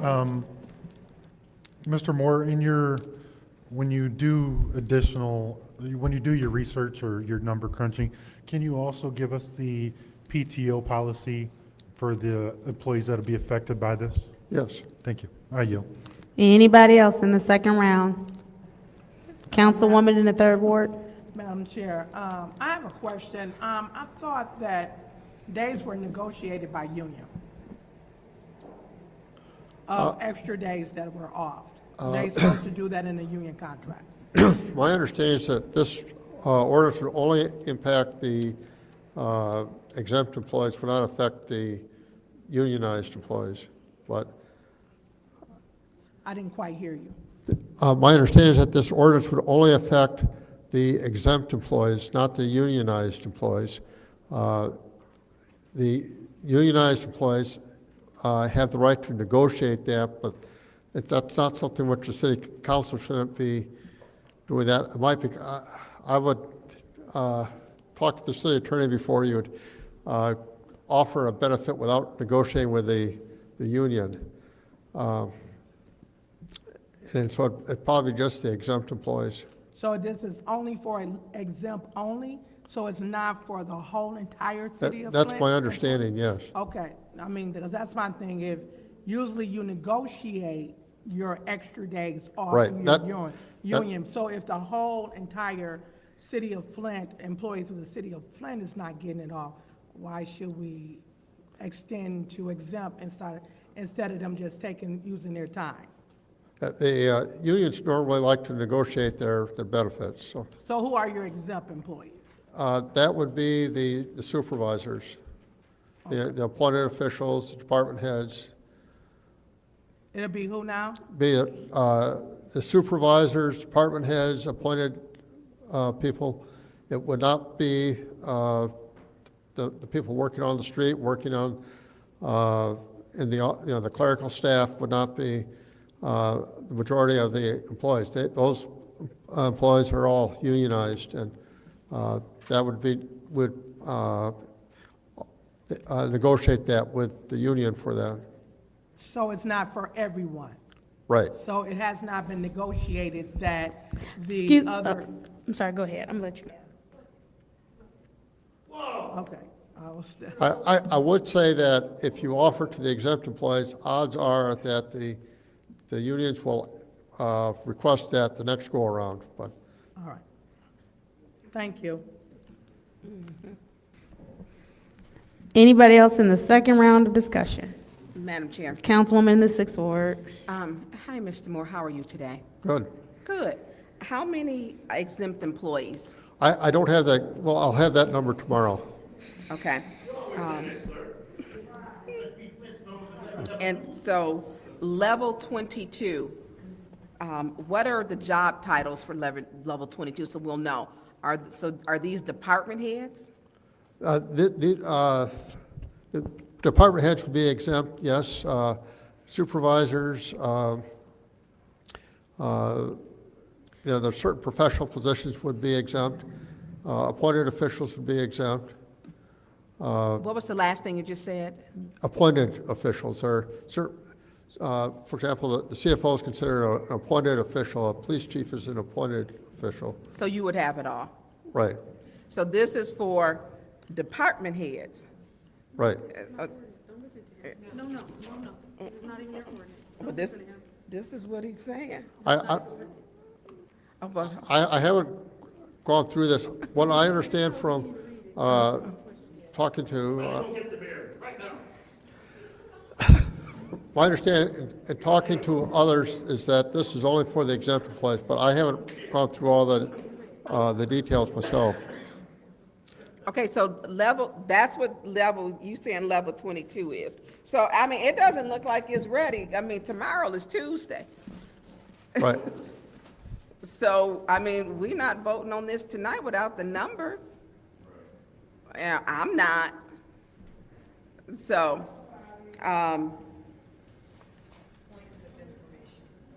What's your point? Through you to Ms. Burns, the ordinance says level 22 and below also is included. So he doesn't, yeah. So is Mr. Moore mistaken? I could, Yes. I haven't read the ordinance, so I very well could be mistaken. Okay, so in all fairness, if you have not ran the numbers to give you the time, because you should be able to speak to the numbers, and there will more than likely be more questions regarding the numbers. I think we need to allot you the time for that. I think that's just fair, because if you haven't read it, not here to, we can just wait till the numbers come in. So, but I know that, I Councilwoman Mashat wants to speak before. Mr. Borley, did you want? Waiting another week won't make much difference because it's, the way the process works for adopting an ordinance, it's not going to get adopted, it won't be effective for at least 30 days, so. I get what you're saying, but before I vote, I would like to see, like, what is level 22B and below? Whose jobs, and what are their titles? What do they do for the city? Are they, are they non-essential? No, how essential are they to day-to-day operations? Thank you. Is there anyone else who wishes to speak in the second round of discussion? Seeing as how there's no one else, I'll go ahead and take my time. Mr. Moore, I certainly appreciate you speaking to ordinances and how they work, and speaking to this ordinance that you yourself have stated you've not read. I would have preferred for you to be able to speak to the financial piece. So I got a couple questions for you. Say no employee took the day off, the next day after Thanksgiving off. None of them used their PTO. Are we not budgeted for them to be paid already? Yes. We are budgeted for them to be paid already, correct? That's correct. All right, and so when we talk about it's not in the budget, this is already in the budget for them to be paid, correct? Correct. Okay, I just want us to be clear that this is not a budgetary issue because the money's already there. It's already there for them to be paid. So if everybody came to work the next day and no one took PTO, you would still have to pay them, and we've already budgeted for it, correct? That's correct. Okay. So then the budget is not an issue. Again, we're talking about, I believe Councilwoman Burns asked last time what the county was doing. The county actually already gives everybody the day off of Thanksgiving, the day after Thanksgiving off. Yeah, no, but I remember you said, did I take a look? I didn't at first, but I went ahead and looked, and yes, the county actually already has this off. I also want to point out, Mr. Moore, again, as you stated, you have not read the ordinance. It says 22B and below, and so the way that you're explaining it sounds like only department heads get the time off. Wait, and that's not how this works. It's everybody under there. Also, when we talk about union members and union workers, talk to plenty of union members and union workers, they want the day off as well. And so this is another thing that we're talking about. City Hall is closed to residents the day after Thanksgiving. So there will be no traffic. So you have, if the union is a concern, the unions want the day off. If the budget is a concern, if everybody came to work the next day, we've already put it in our budget to pay them. So the budget is not a concern. The money is there because we've already budgeted for it. Also, if it's concerned about whether someone can come in and pay a bill, it's closed to the public anyway, so they couldn't do it anyway. And so there's no reason we shouldn't move this, and I'm deeply concerned that you came up here and gave absolutes to my colleagues about an ordinance you hadn't even read.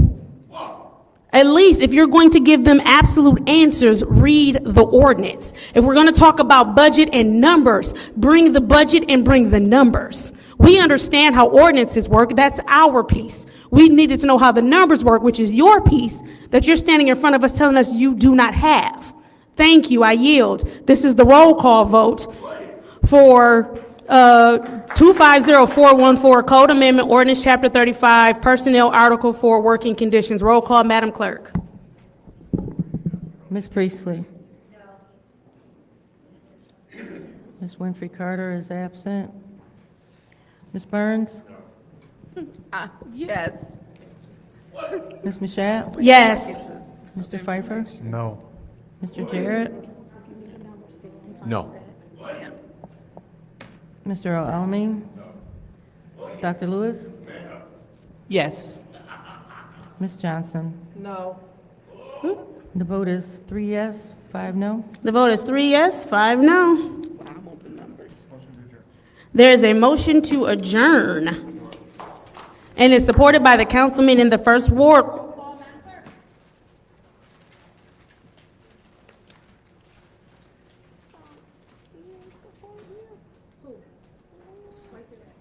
Ms. Burns? Yes. Ms. Mashat? Yes. Mr. Pfeiffer?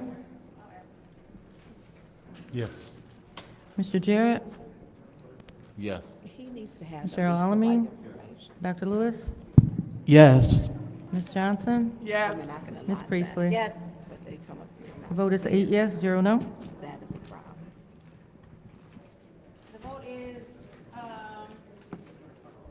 8 yes, 0 no. The time is 6:15 PM on Monday, December 8th. This meeting is adjourned.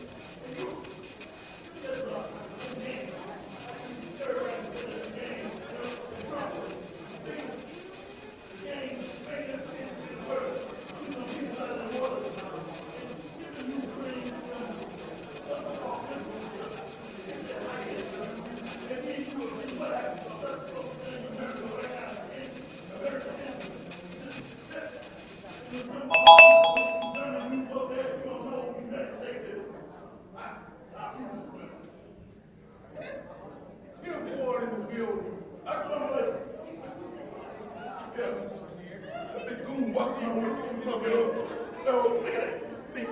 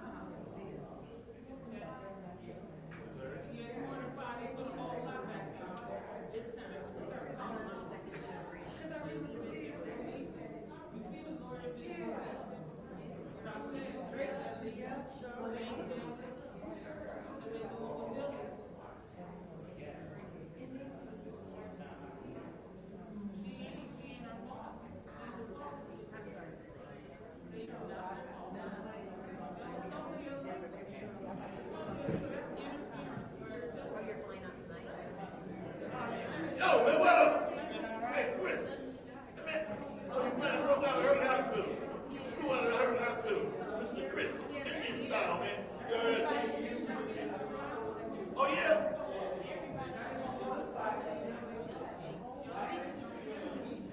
Ooh. Okay. Wow, y'all seen the bottle up. Y'all already seen the bottle up. Right, man, all right. Okay.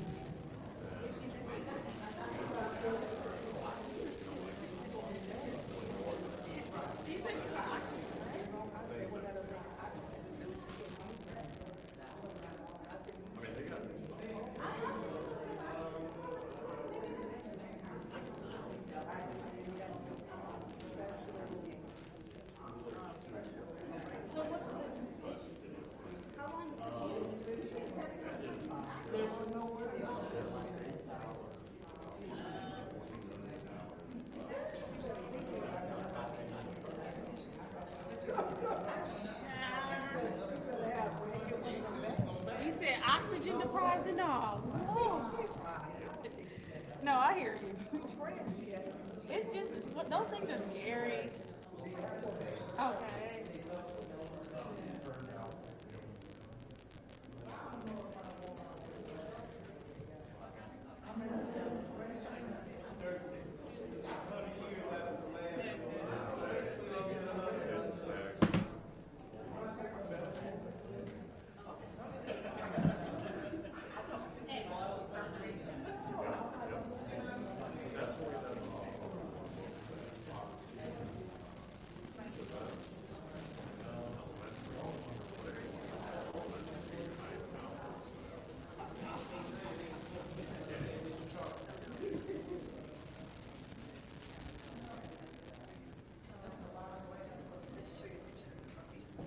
They went outside.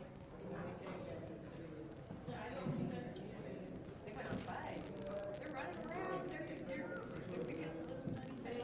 carrying them. It's cold. It's cold.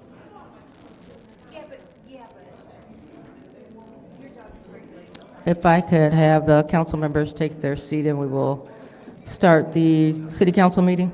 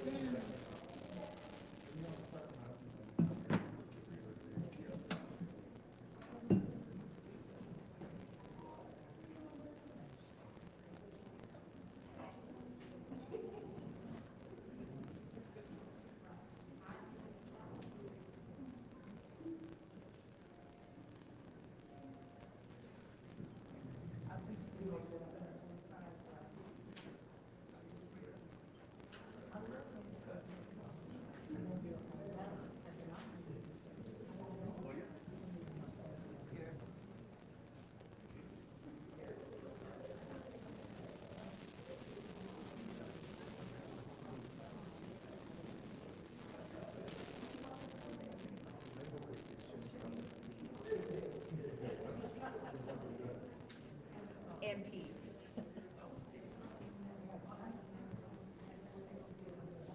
5.5 weeks.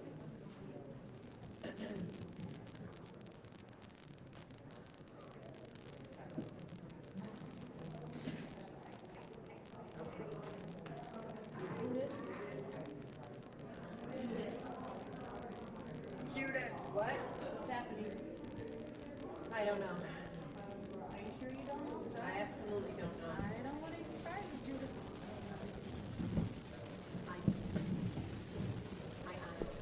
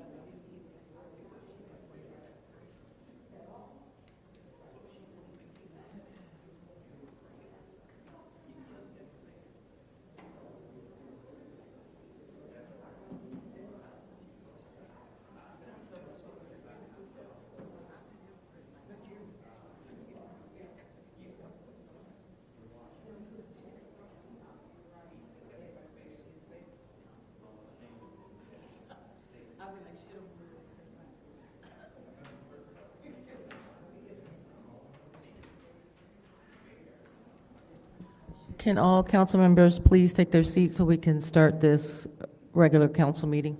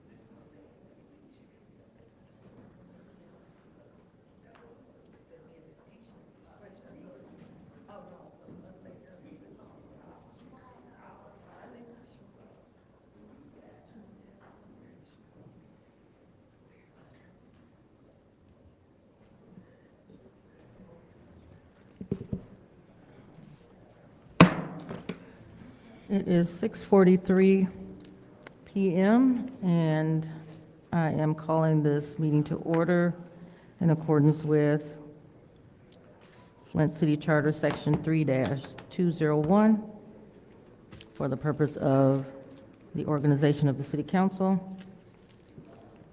First thing we will do is a roll call.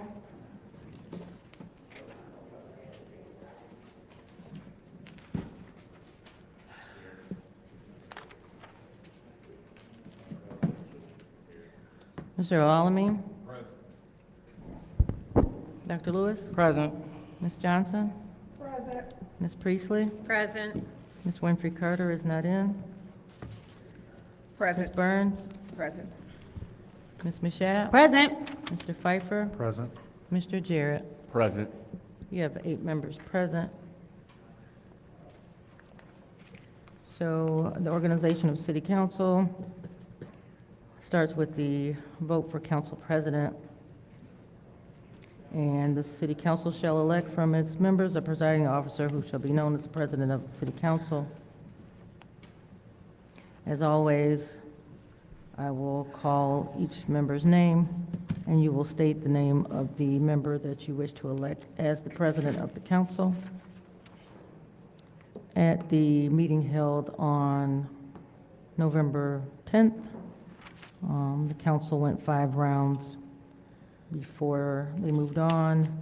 Meeting held on November 24th, the council went 15 rounds before they moved on.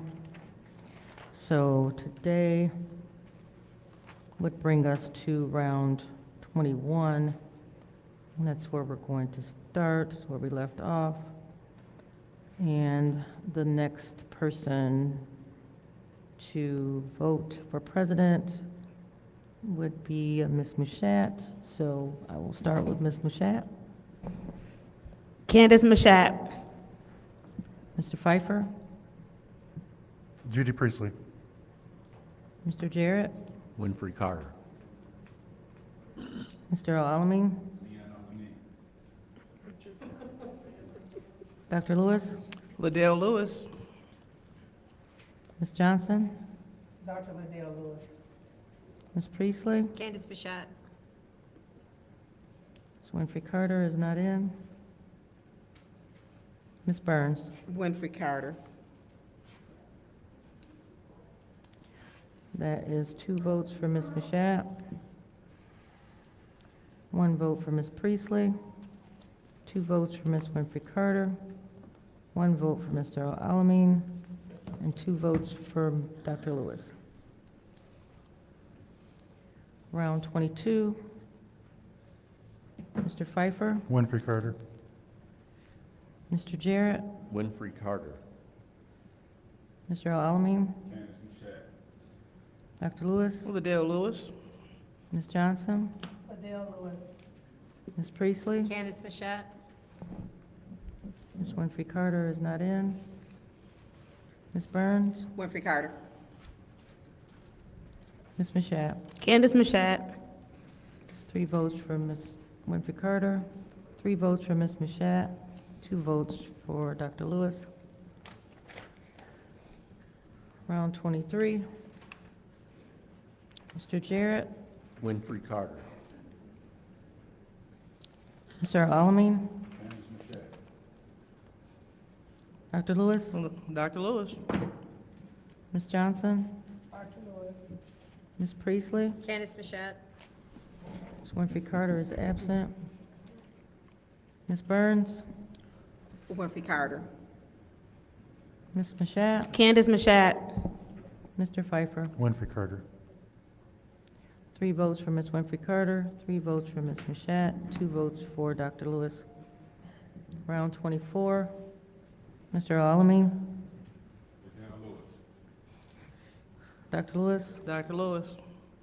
Ms. Johnson, Dr. Lewis. Ms. Priestley, Candace Mashat? Ms. Winfrey Carter is absent. Ms. Burns, Winfrey Carter. Ms. Mashat, Candace Mashat. Mr. Pfeiffer, Winfrey Carter. Mr. Jarrett. Winfrey Carter. 3 votes for Dr. Lewis, 2 votes for Ms. Mashat, 3 votes for Ms. Winfrey Carter. Round 25. Dr. Lewis, Dr. Lewis. Ms. Johnson, Dr. Liddell Lewis. Ms. Priestley, Candace Mashat? Ms. Winfrey Carter is absent. Ms. Burns, Winfrey Carter. Ms. Mashat, Candace Mashat. Mr. Pfeiffer, Winfrey Carter. Mr. Jarrett, Winfrey Carter. Mr. Alamin.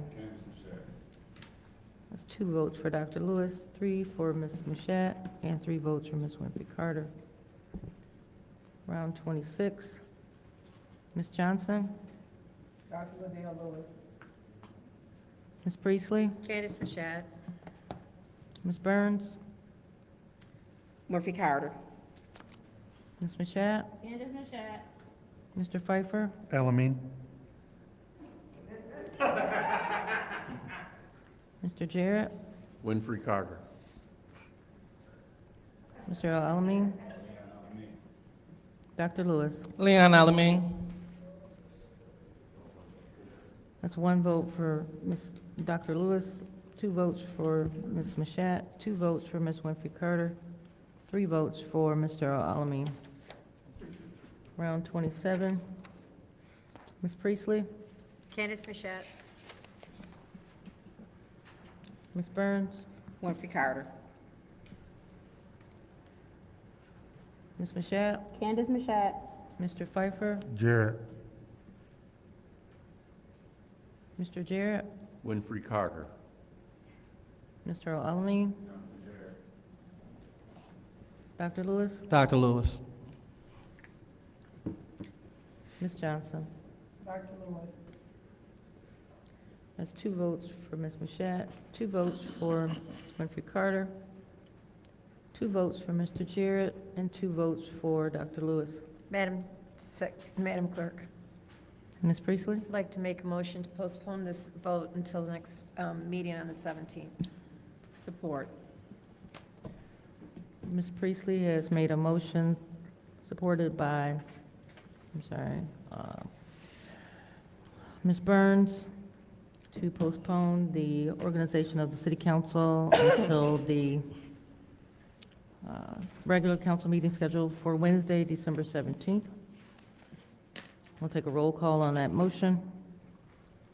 Mr. Alamin? Yes. Dr. Lewis? Yes. Ms. Johnson?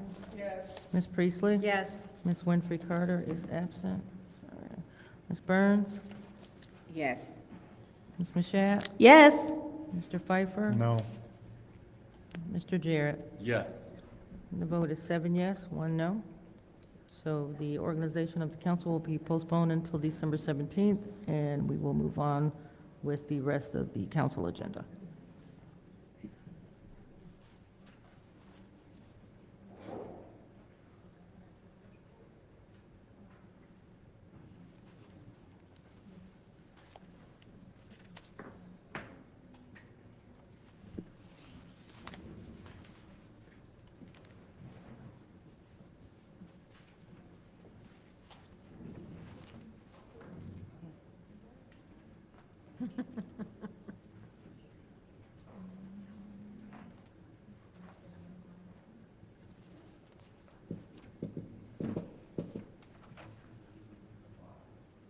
All right, the time is now 6:52, and this city council meeting is now continuing, being brought to order. Madam Clerk, we don't need to do roll call again, do we?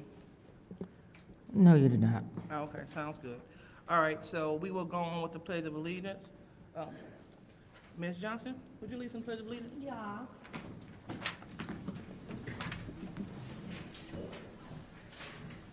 I pledge allegiance to the flag of the United States of America and to the republic for which it stands, one nation, under God, indivisible, with liberty and justice for all. All right, thank you. All right, so now it's time for the prayer of the blessing, but before we do that, we would like to honor anyone that has transitioned. Does anyone have anyone that they would like to acknowledge during this time? Madam Chair, Go ahead, Ms. Michelle. I would like to ask for a special prayer for the Mixon Kills Perkins family in the past sudden passing of a family member. Okay. Anyone else? Madam Chair, Go ahead. I would like to ask for a special prayer for my family. I lost my uncle on yesterday afternoon. I will be flying out on Thursday for a funeral. So special prayer for me to get there safely and back, and pray for my family. Thank you. And also, I'd like to wish my auntie a happy 87th birthday, belated birthday, Maddie Guillory. All right. Anyone else? Madam Chair, Go ahead, Mr. Jarrett. would ask prayer and special thoughts for the Pam Scott family. Family Okay. of Pam Scott. All right. Anyone else? Seeing no one else, I would like to acknowledge Ms. Beulah M. Meekins, Deacon Townsend, as well as a classmate of mine, Mr. Dominic Wright. So we will have a moment of silence starting now.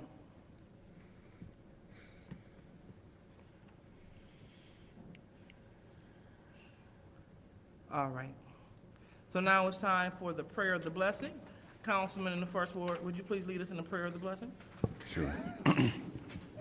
Dear Almighty God, as we gather here today, help us to lead with clarity, compassion, and courage. Grant us the humility to listen, the strength to serve, and the wisdom to choose what uplifts every resident of our city. May we set aside personal differences and work together with respect, integrity, and purpose. Let our decisions reflect fairness, justice, and the well-being of all our community members. Amen. All right, so now it's time for the reading of the Disorderly Person City Code subsection. Any person that persists in disrupting this meeting will be in violation of the Flint City Code Section 3110, disorderly conduct, assault and battery on disorderly persons, and will be subject to arrest for misdemeanor. Any person who prevents the peaceful and orderly conduct of any meeting will be given one warning. If they persist in disrupting the meeting, that individual will be subject to arrest. Violators will be removed from the meetings. Now, time for a request for agenda changes and additions. Any additions? Okay, seeing none, I would like to add two. We omitted my discussion about consumers' energy, so I would like to add that without objection. In addition to, I would like to have the fire chief address the body in light of the recent fires in the city of Flint. So I would like to add those two without objection. Madam Chair, Go ahead. are you adding them to the front of the agenda? I'm sorry, say it again. Are you adding them to the front of the agenda? Well, council rules said that they must be added to the back. We do a special order. So if it's all right with the body, I would love to add them to the front after after council, after council response. I mean, we can vote on it, but if everybody's okay with it. Request for information? Go ahead. What are the two? Because there was no consumers discussion. It was. It was an you adjourned the okay, meeting. okay. Yeah, you adjourned the meeting. Okay, never mind. It was only 15 minutes, so, Okay, yeah, so I would like to add those two without objection to the front of the meeting? to the, right after council response. Okay. And so we're looking at approximately 10 minutes for each, if it even take that. That is ordered. All right. So we are moving on to public comment. So now it's time for public speaking. First speaker, Madam Clerk. The first speaker is R.L. Mitchell.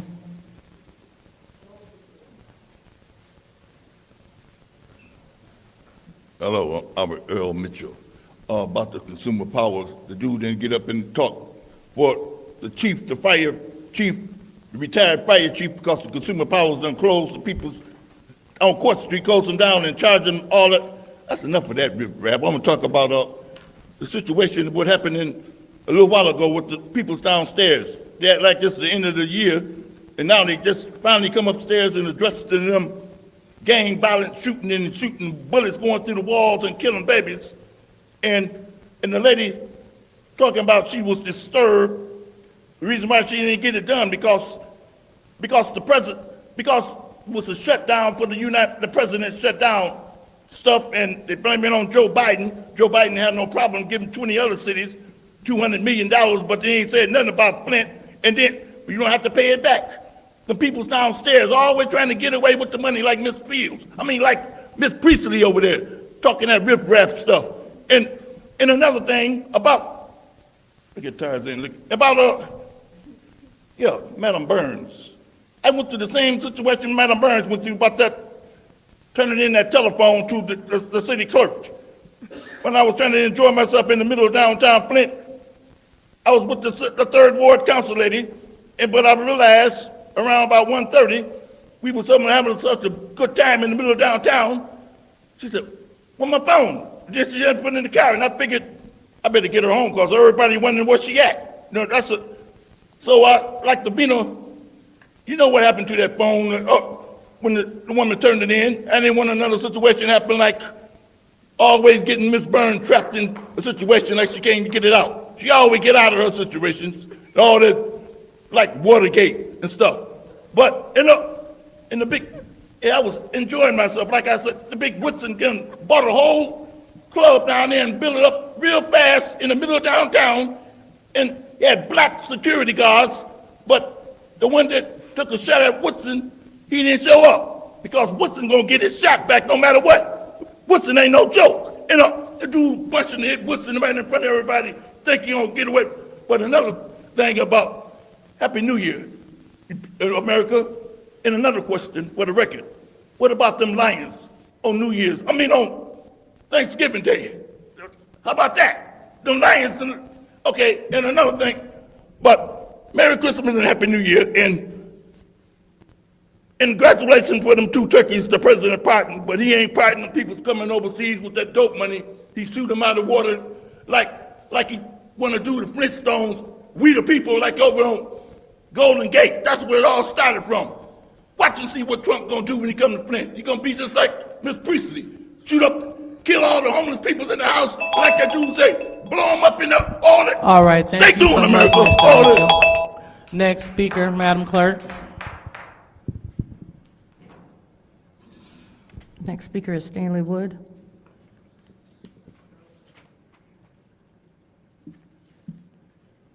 First, Councilwoman Johnson, safe travels. Hope God gave you the strength to get through all this. I know it's tough. Tomorrow, December 9th at 11 a.m. in front of Judge Pickle, we're going to have Alameen versus Johnson PPO hearing.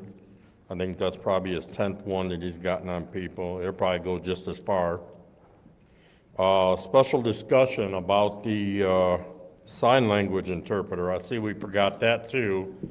Or did we forget it? Maybe we're just going to blow smoke up Sarah Houston's butt. But she wasn't here today, so they didn't have to worry about it. Let's go on something more important. Imagine, if you will,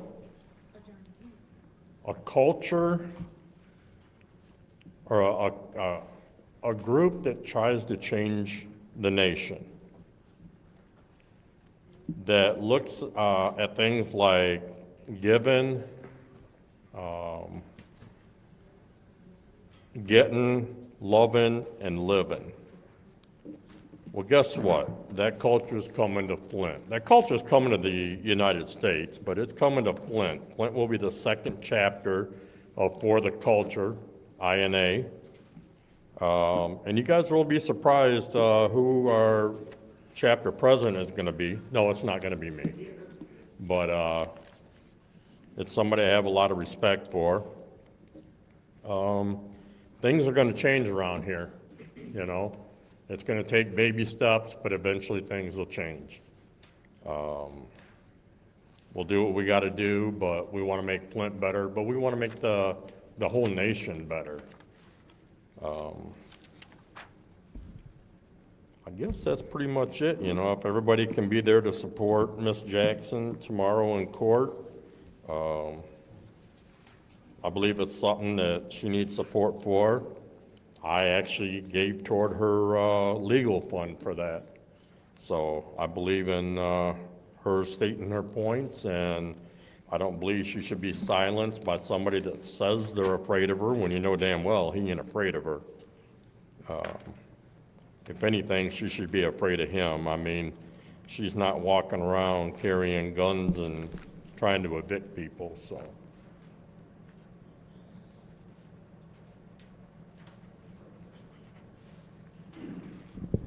Okay, the next speaker is David Peachy, but I believe he left.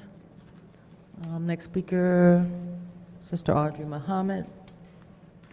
I think she left. Rich Jones, I believe he left. Next speaker is James Moore.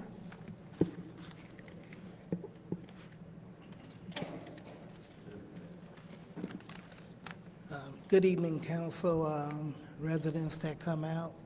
I hope you can hear me. I'm gonna try to do better, coming up in 26. I'm a Democrat, pledge and delegate. I need some help.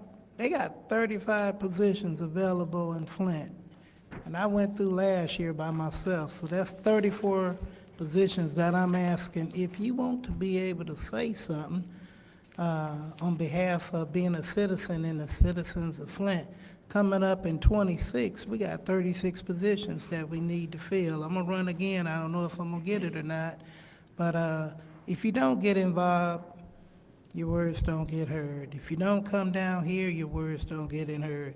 If you don't stand up and call, you ain't gonna get no police help. So we gotta take some responsibility on ourselves as a community to get involved and do other than just complaining. You know, you gotta step up. We gotta stand up. God knows we done been through everything and God done delivered us through it. But our people have to step up. We gotta step up. We gotta get things done. That's all I have to say for tonight. Next speaker, Madam Clerk.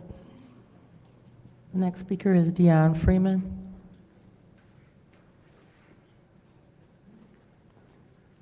Good evening, City Council. Got a couple questions, and y'all may have talked about this with the grant extension budget for the year 22. That was Resolution 250389T. Was that program to go for 3 years, 5 years? Because this is saying 2022. I just don't know if that was the name of the grant.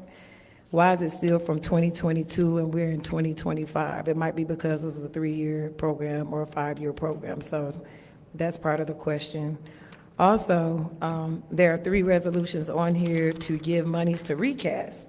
Love recast. Recast is here every year. But guess what? Just like I've been telling plenty of people, I'm tired of money being spent on meetings after meetings after meetings after meetings.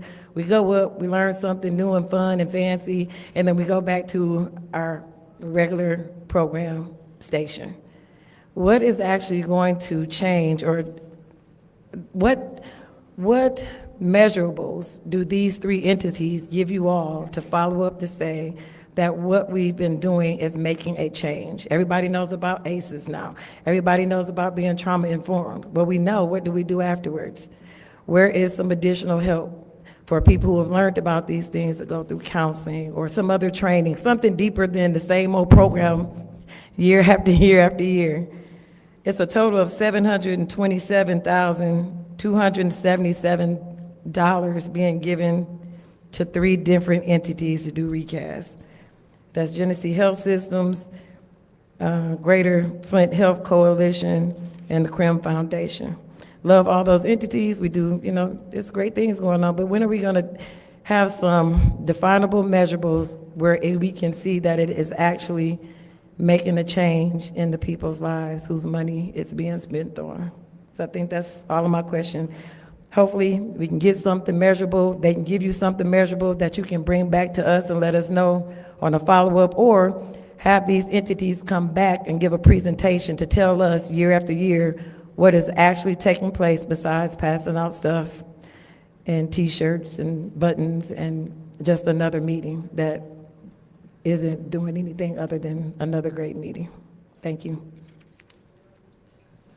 Thank you. Next speaker, Madam Clerk. The next speaker is Billy Dantzler.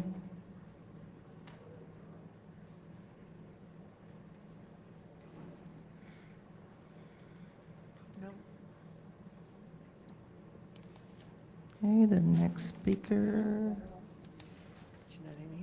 Oh, is, yeah. Yeah, so she's not inside. okay, Next next speaker. speaker is April Stone. Yeah, she is here.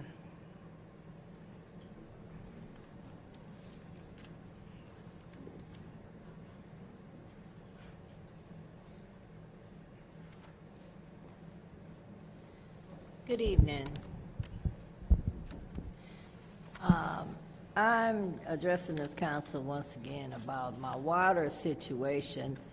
I have a leak from the water valve, the shut-off valve that comes to my house, and it has flooded my basement and ruined everything in my basement, my carpeting, my furniture, everything. Now, I was here at a meeting and I heard them asking for $500,000 for some stuff because the water meters weren't any good. But they came out to my house and told me that I gotta pay them $250 up front before they can replace the water meter that they already know ain't no good. And they came out and told me that they didn't know how to repair it. They'd never seen a problem like that, and all they could do was pack a nut. If they know these things ain't no good, why would they tell me I have to pay them for a part that they put in my house, and they forced me to put it in, told me if I didn't let them this was the 3rd meter that they had put in my house, and that if I didn't let them replace it, they were gonna turn my water off. Now, they come up here and ask y'all for $500,000 for some stuff that they know ain't no good, but yet I gotta pay for some stuff that ain't no good that they don't know how to repair. I don't understand it. I also have a I wanna reiterate on that because the young man that came out, he said he had never seen that before. And they don't know how to repair them. Well, if they don't know how to repair them and they know it's some junk that they put in people's house, why do I have to pay for something that's some junk anyway? And then I heard that they were here on Land Bank before I got here today. I've been complaining about a garage that's falling over on my land from Land Bank. The first time they cut the grass, a good cut was this year in the first time in 10 years. They know the house is falling down, they know the garage is leaning over my fence, and it's not even 10 feet from my house. I don't wanna be responsible and have my insurance pay for something that they put on the emergency list to be torn demolition 4 years ago, I think it is now. Raul was out, and we did a cleanup in there. Oh, Thank you, Ms. that was Stone. a fast 3 minutes. Dang. I'll be back. Next speaker, Madam Clerk. The next speaker is Beverly Biggs Levy.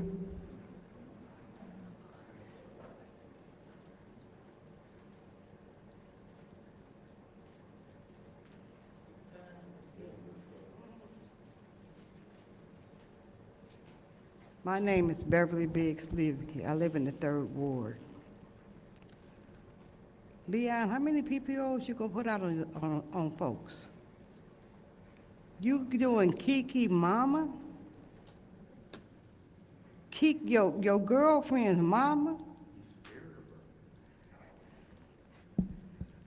I'd be shocked if you win that tomorrow. I really would. It's sad, and you guys go along with him. That's the even saddest part. LaShawn, why would you want Liddell to be the president? If you look at the council, she's been a horrible president for the last 2 years. Horrible. And Michelle ain't no better. If y'all gonna do something, why don't y'all do it with the oldest person, as if it was a union? Jerry is the oldest person, but y'all do what you wanna do. But it's only, 2026 ain't very far, so we ain't gotta worry about that much more. But we need a change. When are you gonna find out that Leon don't live on Mott Street? They don't. Davina. You said it would only take 30 days. It's been well over 30 days. That was in August.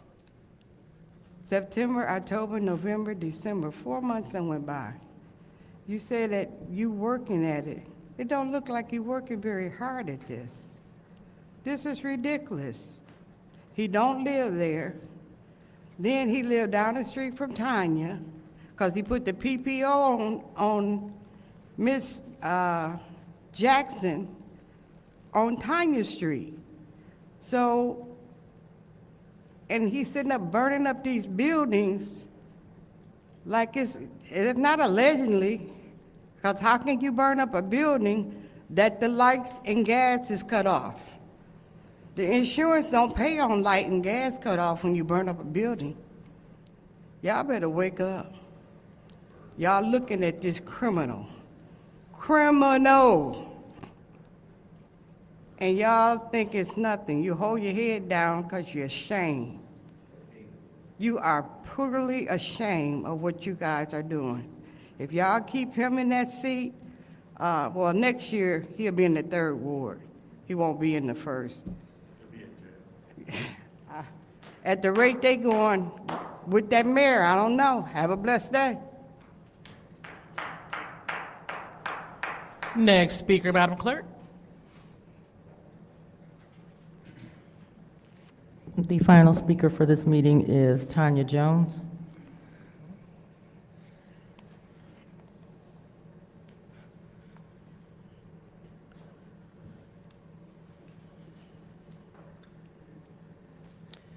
Good evening. My name is Tanya Jones, advocating for my son, which is part of the opioid crisis. First of all, I want to say I greatly miss Eric Mays. Eric Mays taught me about the medical pickups when it comes to my son, and I watched him. That's how I found out about the council. And again, I miss Eric Mays. So I want to say, I know my opinion don't matter, but Candace should not be president at all. But I see at all should be the president because she went to church with my son, Ebenezer, and with him fighting what he's fighting, my father from Black Lives Matter should be assisting me, and somebody that he went to the church with. So integrity, all that comes together. I'm out here fighting. No, I didn't go to Ebenezer because I didn't think it was strong enough for me. But my son chose there. I give him freedom of choice because he's 31 years old. He's autistic, but still, just like somebody else on council's son is autistic, when you learn as they get older, you give him freedom of choice. I raised him to the best of my ability, but he has choices. But I'm his mother, so I'm an advocate. And when he mess up, I have 3 of them. If they mess up, I'm his mother. I'm gonna do what's best for him. Another thing, I see they got his 5 votes. Neely has his 5 votes today. So the council is open like the circus. So guess what? But God is real. So right now, as you can see, the council has his 5 votes. I can clearly see that. So whatever happens, people got to remain strong and understand God is real. So what they see right now might happen. Guess what? Some things bad got to happen for the good. Because just like me standing here today, if my son didn't go through what he was going through right now, I wouldn't have met the people I have met. I wouldn't have found out what goes on council. So sometimes things have to happen bad for the good. Because in the end, you got to remain strong and know that God is real. Another thing, Judy, 1655 Ohio. Please, before the year is over, would you please check on those people? You say there's so much that you can do. You stand right there. I see the photo ops or whatever you have with the mayor. Please check on those people. If I was in position, guess what? My job, I would check on them. They're paying their rent to a house that's condemned by the state. So I need you to do that. And these people, I know where the drug house is at. I know where the homeless at. When I leave here, I'm going to check on them. It's not my place to do the police job. So these houses, they're not burning down these houses. The arson not burning. When somebody's homeless, they're sitting there. When I go see them, they're at the same place. So my thing is, y'all make sure y'all check on the homeless, run the grant money or whatever you do. That's another topic too. So y'all have a good night and be blessed.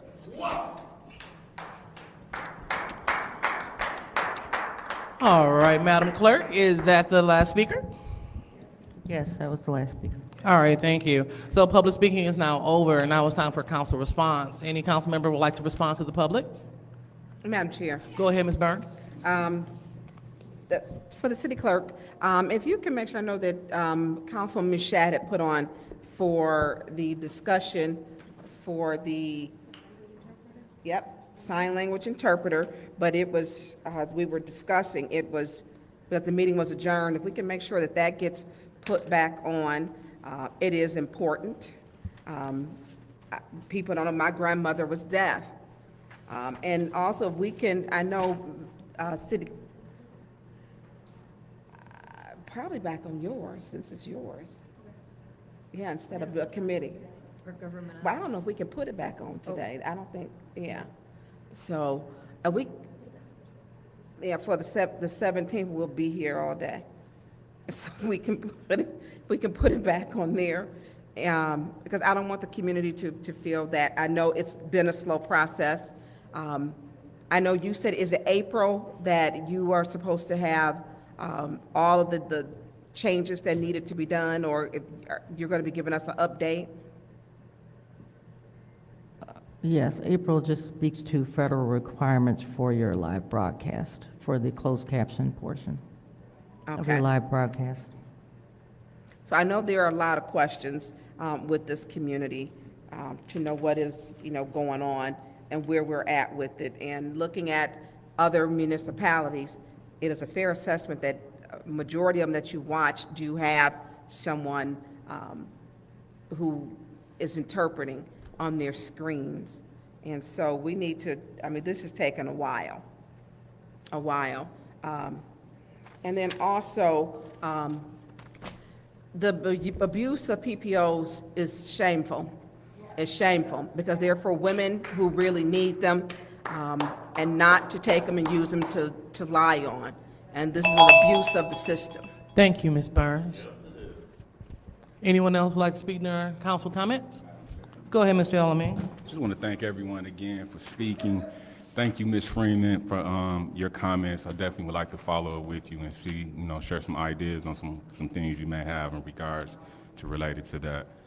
And I also want to reiterate that we're having a second annual holiday party at the May Senior Community Center on the 23rd from 1 to 5. I want to invite the community out. And I want to thank all the First Ward residents who have continued to support me, reached out to me, came to court hearings, checking on me and things of such. It's really a shame that Beverly Biggs, Stanley Woods, the biggest two hypocrites to come to council, the EBT queen, who has yet to pay her restitution, seem to be a little too obsessed with Councilman Leon L. Alamin. Y'all really, just like your ass. Excuse me, I'm bringing you all to order. This is not your time, and Mr. Elamine, let's go ahead and watch our language. Proceed. Point of order. Go ahead. We are not, 27.2, we're not to be argumentative at any time with the audience. He is argumentative with the audience.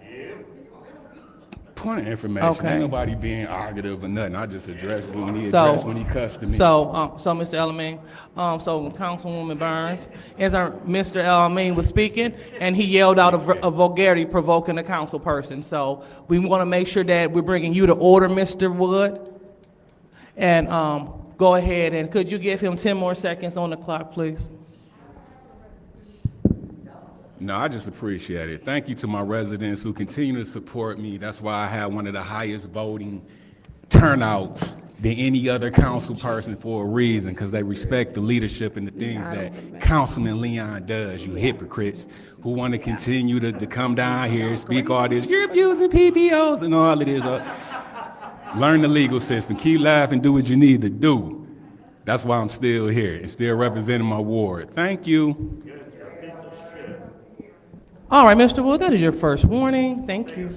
And that is your second. You're now removed from the meeting. You have a great night. Anyone else would like to? Anyone else will, excuse me, Mr. Wood, you cannot make a loud exit.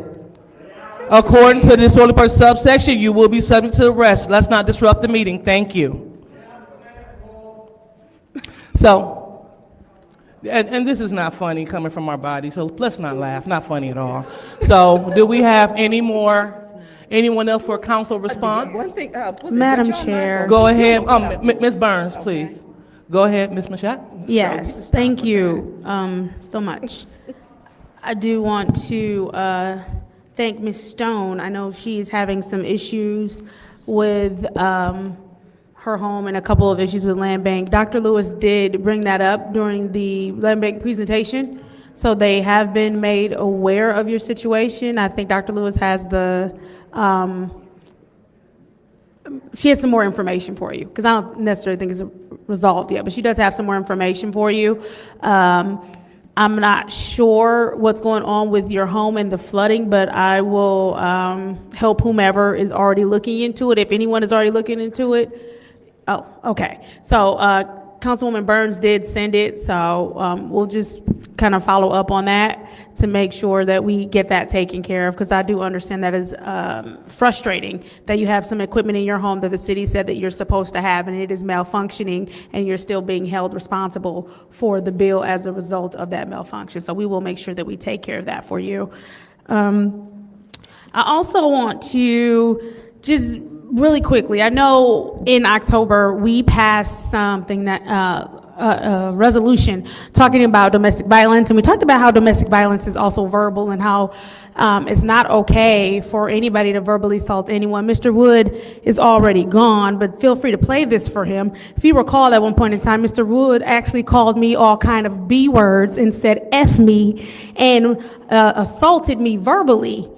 And so he's standing here and saying men should treat women a certain way, men should be respectful of women. I would like to remind Mr. Wood, happy to play that video back for him, of how he verbally assaulted me, has yet to apologize, but is demanding something of someone else. I'll yield. All right, thank you. Anyone else? So seeing there's no one else, I'll go ahead and take my time. I would like to second that Councilwoman Mashat, because he sat in these chambers and also called both of us the CUNT word repetitively. And so unfortunately, that is not behavior becoming of someone that's advocating for women's rights and women's justice at all. So we want to make sure that Mr. Wood is being in alignment with what he said that he's preaching. Definitely not the conduct that is reflective of someone that's fighting for such a movement as this. So as we move forward, Ms. Stone, as you hear, you are being taken care of. If the water issue does not work out, please contact me, and so we can continue to work on your behalf. Hopefully the land bank, they will address the issue that we've been working with for a minute, because we came and took pictures. You said you have more pictures. We want to make sure that we create a paper trail so they can have it and so they can work on those things.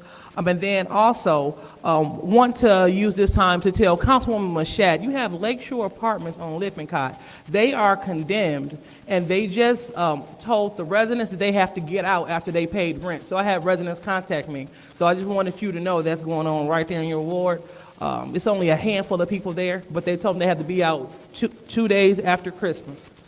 All right, and the next one is In terms of the recast grant, Ms. Dion, so they have presentations. I'm on the recast board, so they do presentations of the grant award winners, and they talk about what they've done, and they give you those measurables. So I will see if we can have community log on to those calls as well, so you can get that information. All right. And last but not least, our room will be ready. So thank you, Councilwoman Mashat, Priestley, Johnson, El Alamein. We have a beautiful room that's going to be set forth over there at the YWCA. We have beautiful gold lamps, wall art, beautiful decor. It is amazing. So when they get it ready, I will be reaching out. Thank you all for supporting.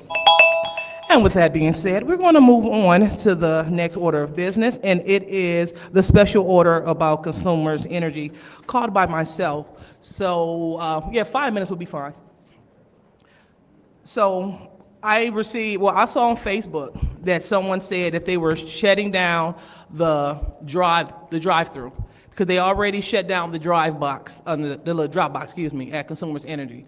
A lot of people use the drop box, so so you won't get out the car, they continue to use the drive-through. Well, I was just informed that they will no longer have the drive-through. So you will either have to, A, pay online, B, walk in, or it's another option, can't think of at the moment. But I have communication from Raphael, and this is what he said. He said, "Dear Dr. Lewis, thank you for reaching out and sharing your concerns on behalf of the Flint residents.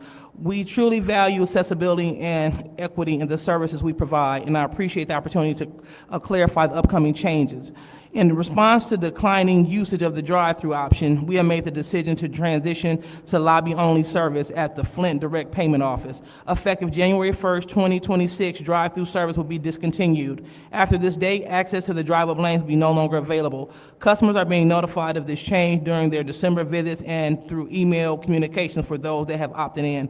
For additional payment options, customers can visit consumersenergy.com/ways to pay."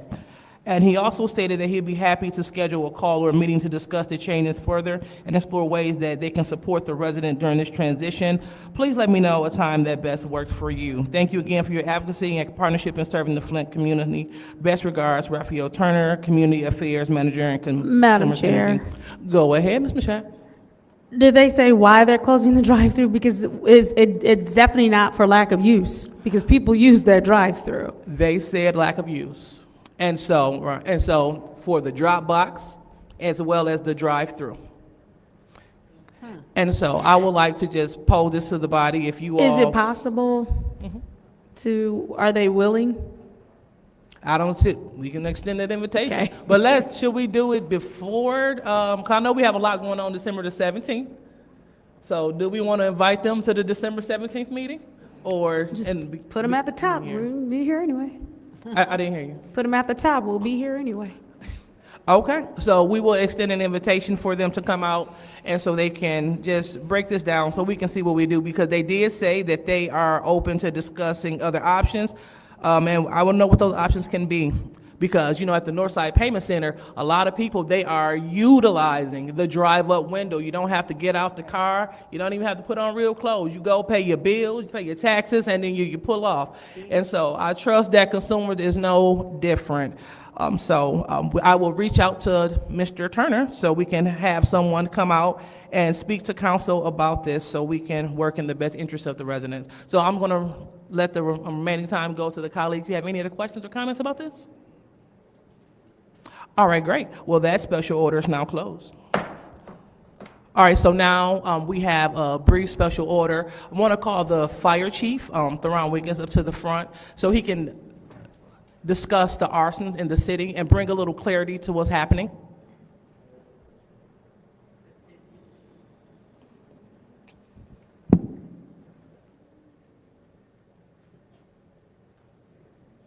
Is this Madam Chair?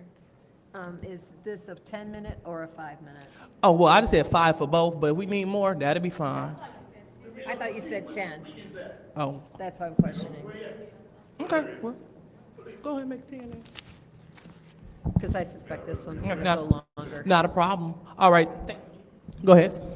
Thank you, Madam Chairman, and to all of the council persons that are here today. Thank you for your service. And I just wanted to have some words about what's happening in the city in regards to fires. We've had a rash of fires all throughout the city of Flint, and it is wearing on our troops as well as our fire trucks. With this cold weather that we have and all of the vacant properties, we're getting a lot of homeless people that are in these houses.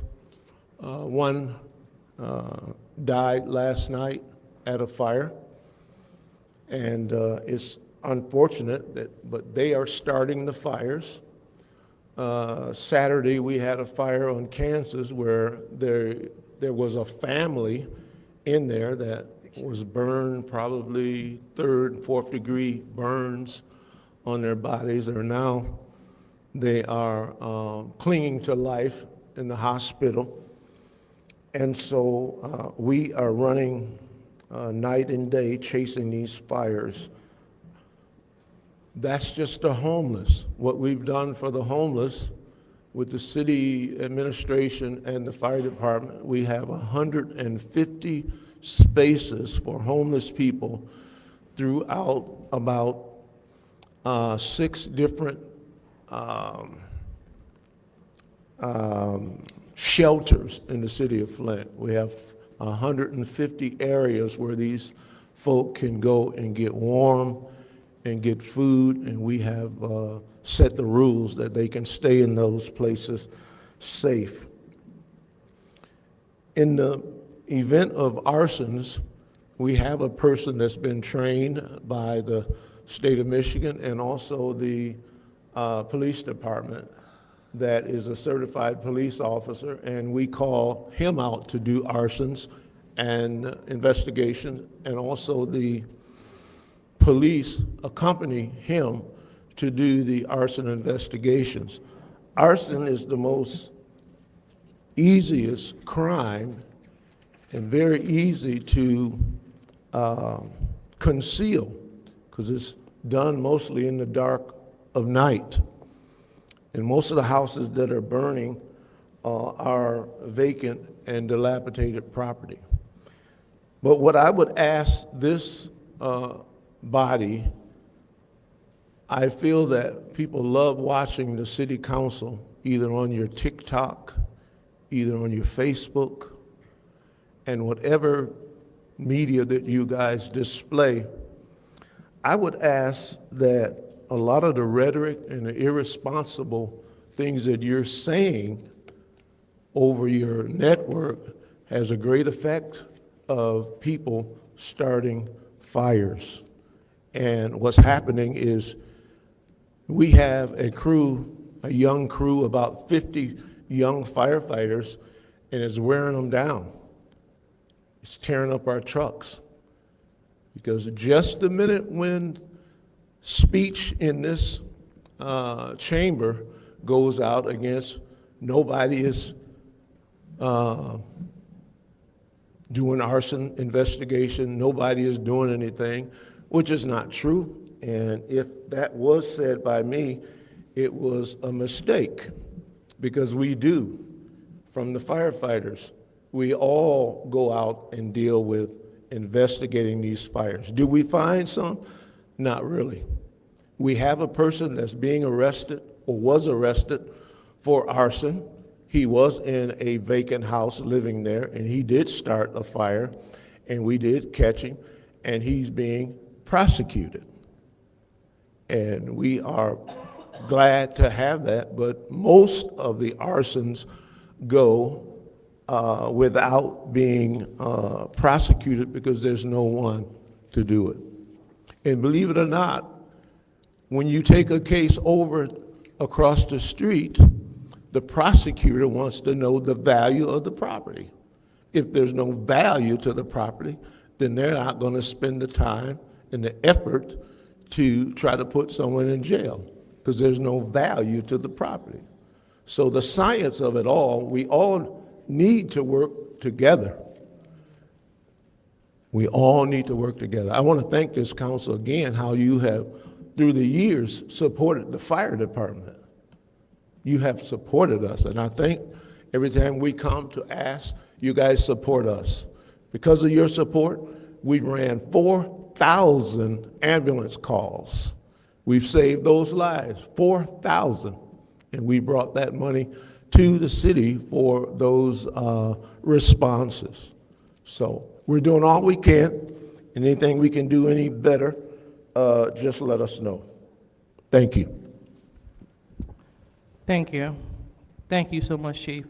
And I would like to extend this. the floor Madam to Chair. order. I heard Ms. Priestley first, and then was that Mr. Pfeiffer or Mr. Jim? All right, so go ahead. So, Chief, just, and you, I've said this to you very loud and clear, that if we have arrested somebody, we need to make a big deal out of that.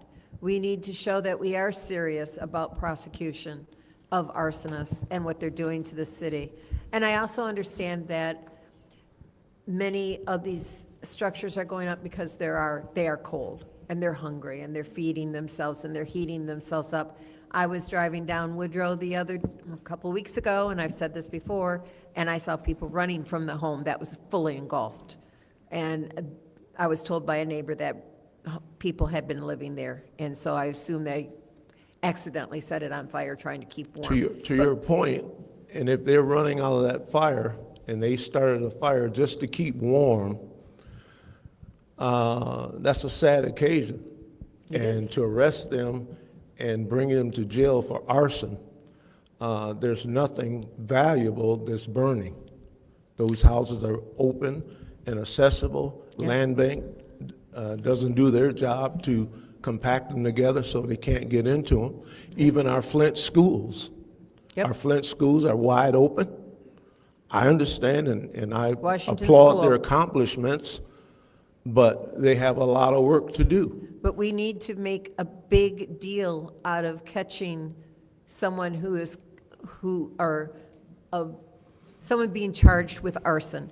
We need to make it a big deal to show that we are serious about prosecution. And that may be a deterrent, it may not be, but we need to make that loud and clear. I'm going to say it again, because I feel strongly that this is the only way we're going to be able to start limiting the number of arsons in the city. Thank you. Mr. Pfeiffer? Chief, thank you for your presentation. Do you have any evidence on who is starting these fires? Evidence, meaning that... No, do you have any leads on who is starting any of these fires? No. No, you don't. So you come up here and you spew out asinine comment that we are causing these fires. I mean, I didn't hear you. Can you say that again? I said you have zero evidence and zero leads on who is doing these fires, but you come up here and spew an asinine comment that the rhetoric on this council is causing people to start fires. Now, how ignorant is that? That makes zero sense. First of all, to answer your question, Mr. Pfeiffer. What proof do you have that anybody watching We it do video- have evidence. Okay. And they are in jail as we speak. And they said that, I got inspiration from watching a city council meeting, so I went out and burned Their reason for starting a fire is between the investigators. We don't come out and display why people started a fire. That's up to the prosecutor, that's up to the police and the court system. So obviously, somebody said that they watched a city council meeting and said, I went and started a fire. I didn't say that. That's exactly what you said. You said that. No, that's exactly what you said. You said that. That's exactly what you said. You said that the rhetoric on this council is making people go out and start fires. I said, are you going to deal with him? Man, yeah, RL, please. Please have I will take, RL, would you please have a seat? I'm bringing you to order. That was just Thank irresponsible you. comment. And hold on, and let me say that, go ahead, let's stop the time. We're going to stop the time. I want to make sure that this is a respectful dialogue. We don't want this to be argumentative per the rule. He accused us of being arsonists. Wait a minute, excuse me, the chair is still chairing. So I want to make sure that this is not an argumentative dialogue. So let's make sure that we just reel it in. And let's talk respectful amongst one another, especially with the chief. So let's go ahead and, can you put it back at like 2 minutes? It's probably when it got a little loose.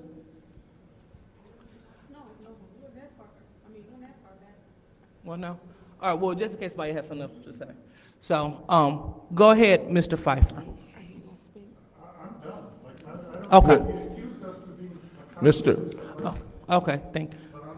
All right. Mr. Pfeiffer, in respect of what your comment just was, I wasn't saying that every councilman.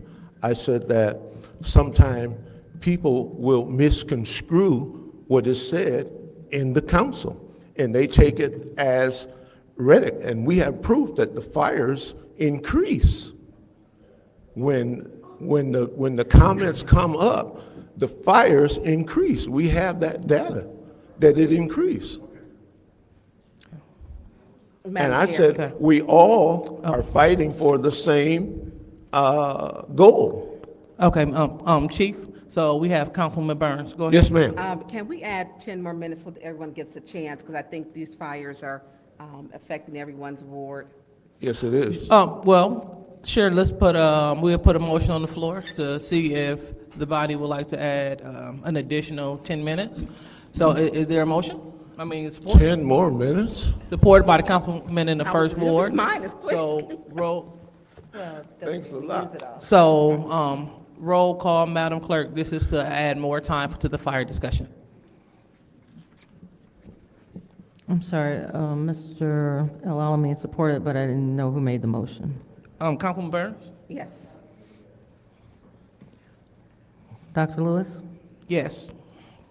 Ms. Johnson? Yes. Ms. Priestley? Yes.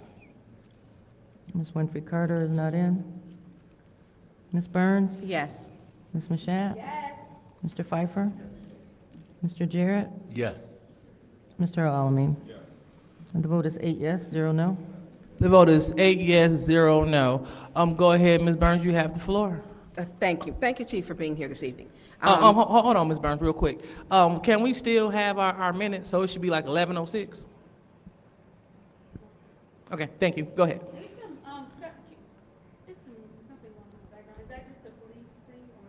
I can't hear.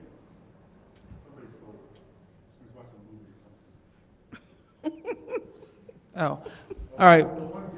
It's gotta be.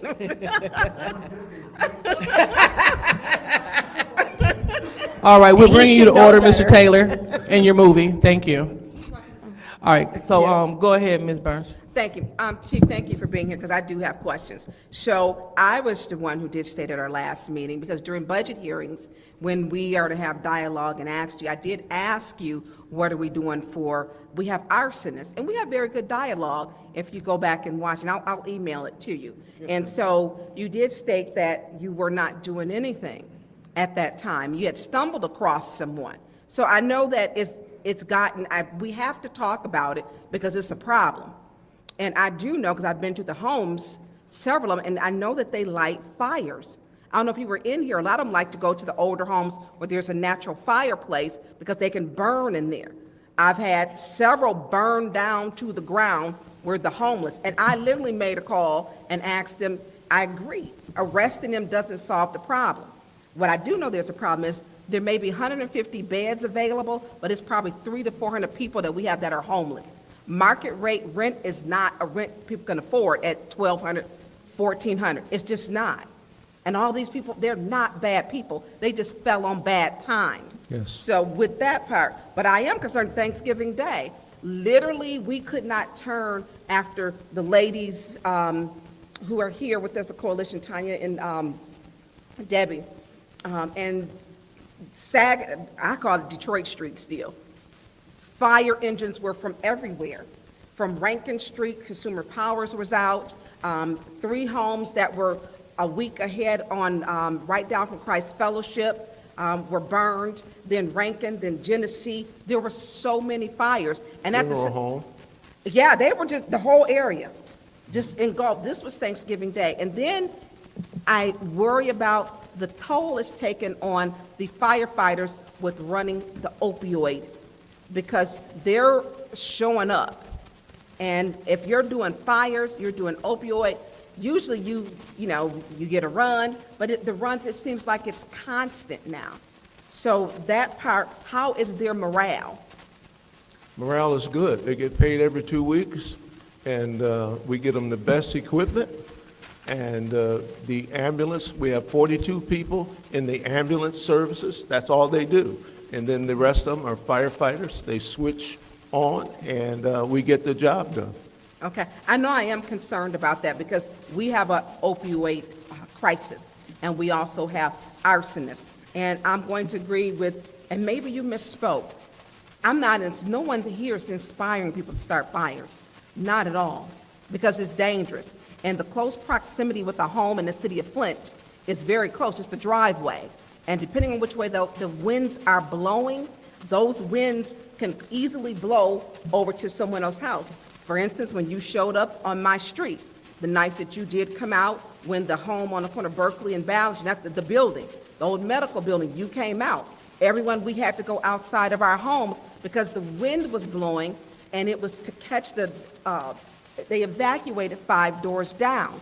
And so when we talk about this, I am deeply concerned because, like you said, they're lighting them up, they fall asleep, and it's very real as the temperatures drop that we are going to find people who are deceased and frozen. Yes, ma'am. To your point about the message, mixed message. I'm sorry, can we pause the time? That's the thing. That's the fan? That's the heater, I think. That's the heater. Oh, no, there's static. There's static. Oh, I can. I don't hear anything. I was trying to get my ears up here. All right, so, That's not bothering Mr. you? Mitchell, we bring, again, Madam Chair, is that bring you to one of our order. speakers? I don't hear anything. I can hear it. But it is- Yeah, it's, But Councilwoman Burns, when I spoke that we weren't doing anything, our arson investigator was not yet qualified, getting out of the police training and being trained to do the arsons through the police department. Now we are. And that's great, but I think when we say, because I think all of us have dealt with fires in our wards. Oh, absolutely. And I literally woke up at 3 o'clock in the morning to a fire that could have burnt down 3-4 homes on my We were wondering why street. you were up so early. I threw my clothes on and ran down. Okay. So my other concern is St. Mark. We had a fire bombing, and there were some protocols where they wanted to come out. And I think that, I don't know where we're at with no one's arrested or charged. May have been arrested and taken it, but I know that the ATF is investigating that. But I want to make sure that we follow through on that because no church should be firebombed. I mean, Well, we don't know if it was fire bombed. We don't know that for sure. It was No, I do. I firebombed. saw the video. Well, He walked with 3 cans of gasoline. He lit it. He had rags. He poured it in there, and it was firebombed. He started a fire. I mean, that's just your language of fire bomb. Okay, set on fire. He had, no, not my language. There's video. I watched the videos. Okay. And I saw the 3 gasoline cans. Yes, ma'am. I mean, and from 20 different angles of cameras. Yes, ma'am. It was, to me, that is disturbing. We don't get black churches. That reminds me of the civil rights when they were trying to get people to vote, and that was the only place that black people could congregate. And we should have taken this serious. And I am with Councilwoman Priestley that when we get someone, she's saying, let's let everyone know and let's set an example that arson in our city is not to be tolerated, that we're taking it serious to highlight. And if the prosecutor isn't prosecuting the people, when you get them over there, then that's something we need to work on and speak with our city attorney to make sure. Because if you're collective, you have suspects or likely looking at the situation, because some people will burn a house down or burn a building down for insurance. And we know that things that they look for, burn patterns. It was a building occupied. Those are things that in other key factors. So we have a problem with that. If the prosecutor isn't doing his job or over at that office, that's something that the city attorney needs to speak with him and council too, to make sure that you can't just burn down the city. because they're also burning down other homes too. Yes, ma'am. So. It's called burning of real property. That's a 4-year felony. Yeah, exactly. And they look for those key things. It's a list that they look at before they say, okay, this may be arson, which then takes the investigation to be much longer. So I just want to, I understand how Councilman Pfeiffer was, his sentiments, because we're not stating at all that, go burn a vehicle, or go burn a home. I'm not. Okay. I'm not. I never will. Okay. Not ever going to do that, because I have had to deal with someone who had to come home and after they pulled out 5 dead bodies. Yes, ma'am. And so when I've seen that and how it affects families, and it affected my family, it's serious. And so I want us just to be more proactive and to have good dialogue to solve the problem. Yes, And that's ma'am. why I asked you in May, was there anything we can do during budget time? Because I think that your staff is being overwhelmed. It's a lot on them. You're picking up people from drug overdoses, fires, it's a lot. We're happy to serve. Thank you. All right, so anyone else? Madam Chair. Go ahead, Through Mr. you to the Elmini. chief. Chief, what are some solutions that we can do as a community and as a council to assist you to maybe help try to curb some of this? I know myself, Councilwoman Lewis, Councilwoman Machette, we had went out, we installed fire installers in people's houses, smoke detectors and things like that. I know that can be a step towards educating the community as well, but what are some of the solutions? I hear a lot of the problems. What are some of the solutions that you think we could do? We do a tremendous job of prevention. We put in around 2,500 smoke detectors in houses. We're not having a whole lot of fires in residential houses. If they are, they're very small because of those early warning systems that we've installed in those houses, and we're yet doing it. As a matter of fact, we are hiring about 10 part-time people, and that's all they're going to do, Council President, is put up smoke detectors. I don't need you no more, because we're going to put them up ourselves. So we're doing all we can preventive-wise. Education-wise, we're in the schools. The problem, as Ms. Burns is speaking of, is the rash of arsonists. People love to start fires, and we have to make ourselves a committee, police, fire, the law officers over in the county, prosecutors, that we can come up with a system also that we can monitor who it is and hone in on who is actually doing the burning and take them down, as they say, hang them from the highest tree, or have them have a press conference and show them to the public what happens to arsonists, I guess. But we got to make sure that they're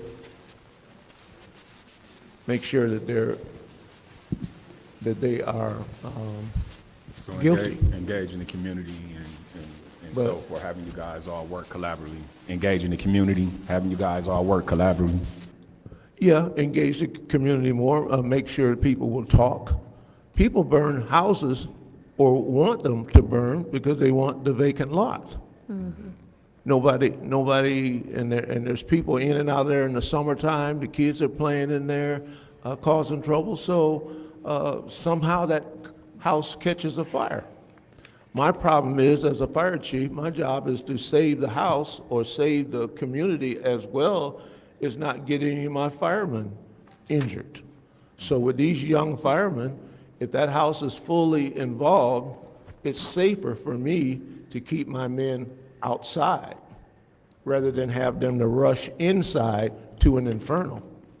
And so a lot of times it gets out of hand and Madam we see Chair. it get bigger and bigger, and that's why we lose the whole house. Thank you. All right, so go, yes, Ms. Majette? Yes, real quick, Chief, because we're going to be done with this discussion. I just want to say, you always want to get to a point where you hear the words, "We no longer need you," but it stings a little bit. I'm just kidding.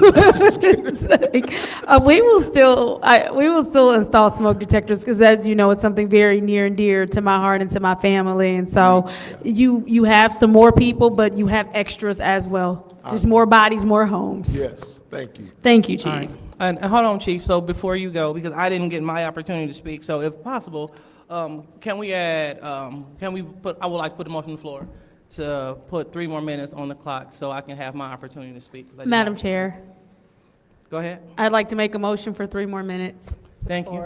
Thank you. Made by Councilwoman 7th Ward, supported by the Councilwoman in the 3rd Ward. Roll call, Madam Clerk. Ms. Johnson? Yes. Ms. Priestley? Yes. Ms. Winfrey Carter is absent. Ms. Burns? Yes. Ms. Mashat? Yes. Mr. Pfeiffer? Mr. Jarrett? Yes. Mr. Alamin? Yes. Dr. Lewis? Yes. The vote is 8 yes, 0 no. The vote is 8 yes, 0 no, so that 3 minutes passes.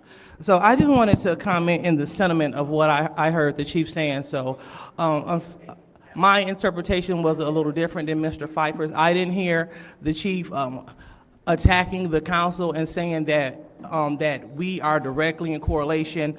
I'll say that we're telling people, hey, go out and start fires. But unfortunately, we have a Councilwoman Burrs on her platform. When she speaks, she said that he's not doing his job. And so when those things are being said, Point of order. What is your Point of point? order. What is Do your not point? speak. You're not going to sit up here and lie today. I spoke to what he stated, which I just did. And so you might need to mind your platform and not mine. Okay, I'm bringing you to order. Let's go ahead and let's stay germane. So unfortunately, when we have that kind of messaging going out stating that you're not doing your job, then other people may feel at liberty Point of order. to. What You're is, speaking to my motives.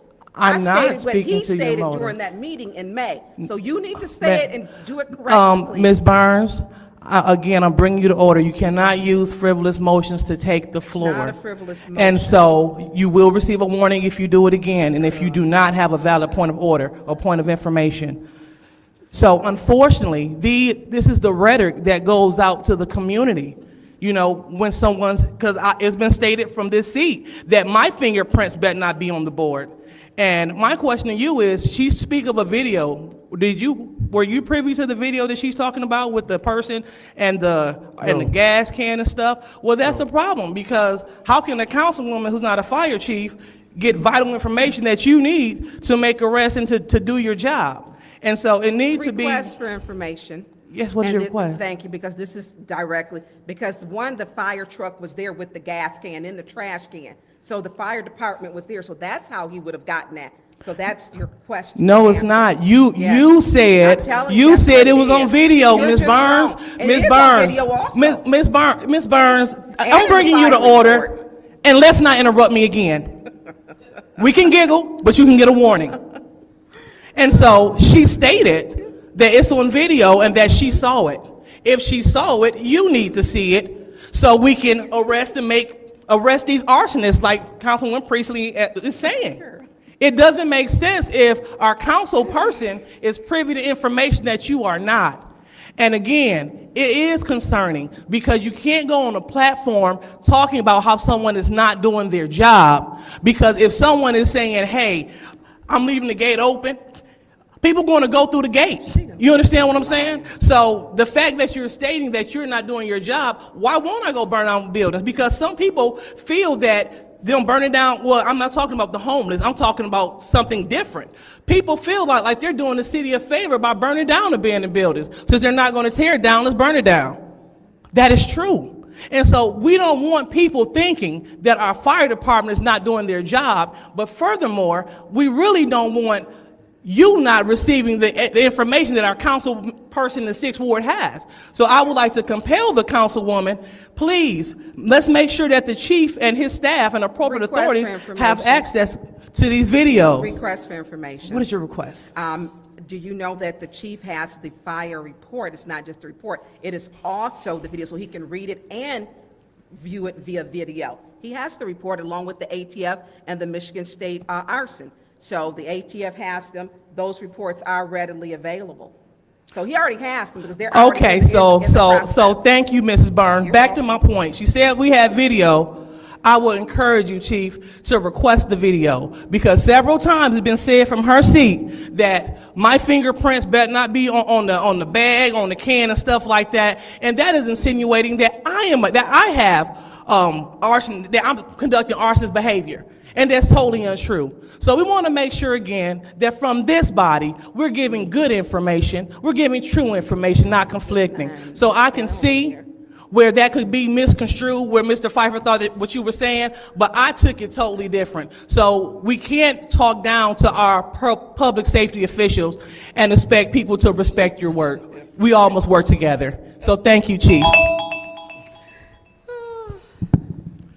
All right, so that special order is now closed. And now we are moving on to the consent agenda. Madam Chair, Go ahead, Ms. Priestley. make a motion to approve the consent agenda. All right, motion has been made by Ms. Priestley and supported by the councilman in the first ward. Any and is this with the approval of the minutes as well?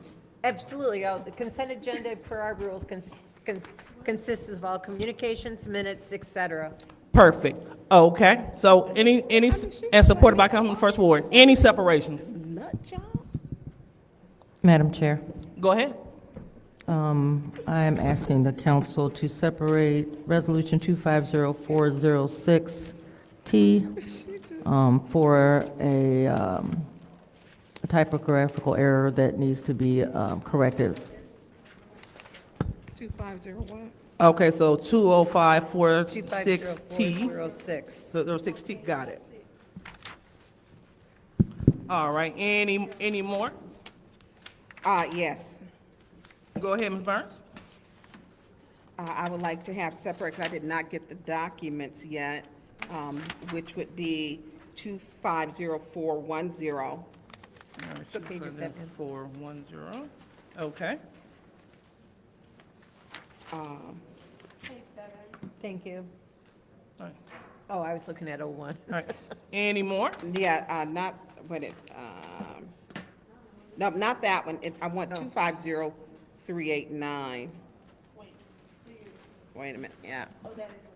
389, which Yeah. is what page? Page 8. Thank you. Okay, thank you. Hold on, so you said 389? 389. All righty. Is that all? All right, so seeing that there's no more, the consent agenda will include appointment 250412, 250402, 250403, 250404, 250405, 250407, 250408, 250409, 250411, 250415, 250413, and 250414. That didn't come, 414. You said 4? 414 didn't come, and 410 is in the consent. Through the chair, Mm-hmm. the introduction of the zoning map ordinance does not have all of the required documents. Oh, okay. Oh, you're kidding. All righty. So, So, Madam Chair, go ahead. no, yeah, separate. Oh, yeah. Sorry, 404 didn't pass, 413. Got it. I'd like to separate 250413. 413, got it. All right. All right, so that will include the consent agenda. So roll call, Madam Clerk.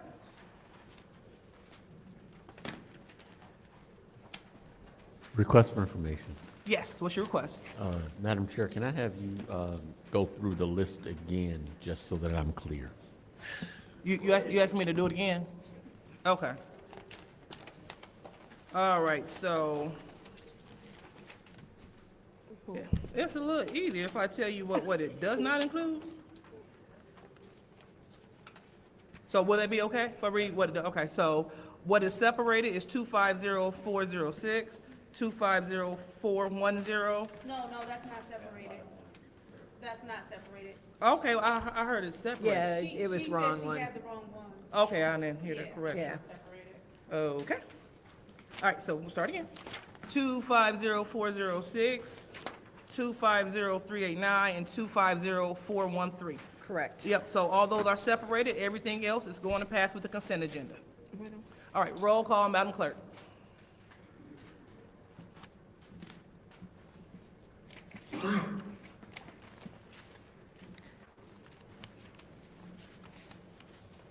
Ms. Priestley? Yes. Ms. Winfrey Carter is absent. Ms. Burns? Yes. Ms. Mashat? Yes. Mr. Pfeiffer? Yes. Mr. Jarrett? Yes. Mr. Alamin? Yes. Dr. Lewis? Yes. Ms. Johnson? Yes. The vote is 8 yes, 0 no. The vote is 8 yes, 0 no. The consent agenda passes. So now we are at the first separation, which is 250406. Madam Chair, Go ahead, Ms. Mashat. I make a motion to approve 250406-T, which is the grant acceptance for fiscal year 26 budget of Vivid CS Mod Foundation Event Policing and Public Safety. I'll support that. All right, so supported by the Councilman in the first ward first. All right. Any discussion in the first round? Madam Chair, Go ahead, Ms. Mashat. through you to the clerk, I believe that there was an error in this, and we just need to have that corrected. Correct. So on the resolution itself, in the table under grant code, it lists the grant as PCSM-events 25. Should be 26. However, in the resolved paragraph, it lists the grant code as PCSM Parks 25. So that resolved paragraph needs to be corrected to show that the grant code is PCSM Events 25. So I'm asking council to amend it to a .1 just to make that correction. Everything else in the resolution is okay. Madam Chair, Go ahead. I'd like to make a motion that we amend with the changes as read by the clerk. Support. All right, so there's a motion to amend it, and it is supported by the councilman in the first ward. Okay. And this will be amended to a .1? Yes. All right. So do we have any discussion? There's no discussion. Nope, okay, got it. All right. So we are voting to turn 250406 into a .1. Roll call, Madam Clerk. Ms. Winfrey Carter is absent. Ms. Burns? Yes. Ms. Mashat? Yes. Mr. Pfeiffer? Yes. Mr. Jarrett? Yes. Mr. Alamin? Yes. Dr. Lewis? Yes. Ms. Johnson? Yes. Ms. Priestley? Yes. The vote is 8 yes, 0 no. Vote is 8 yes, 0 no, so 250406 is now a .1.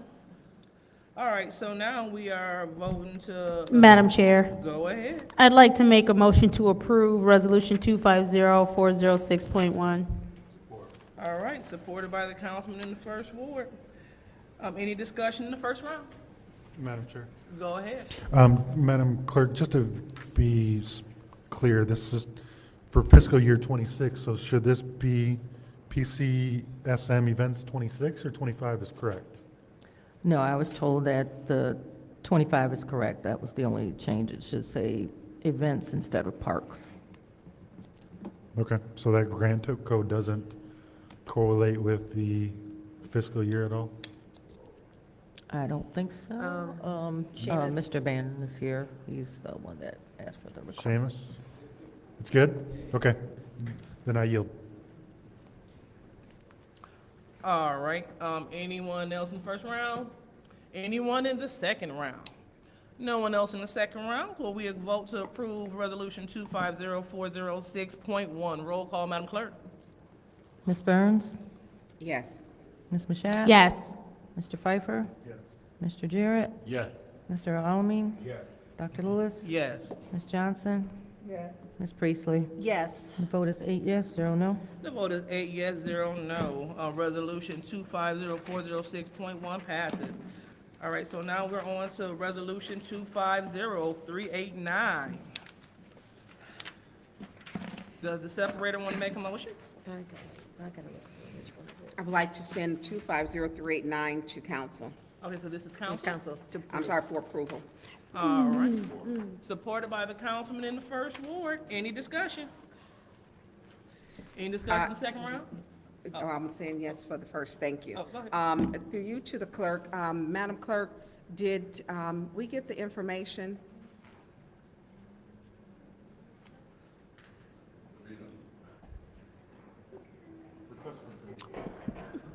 Are you speaking about the revised budget? Is that what you're asking?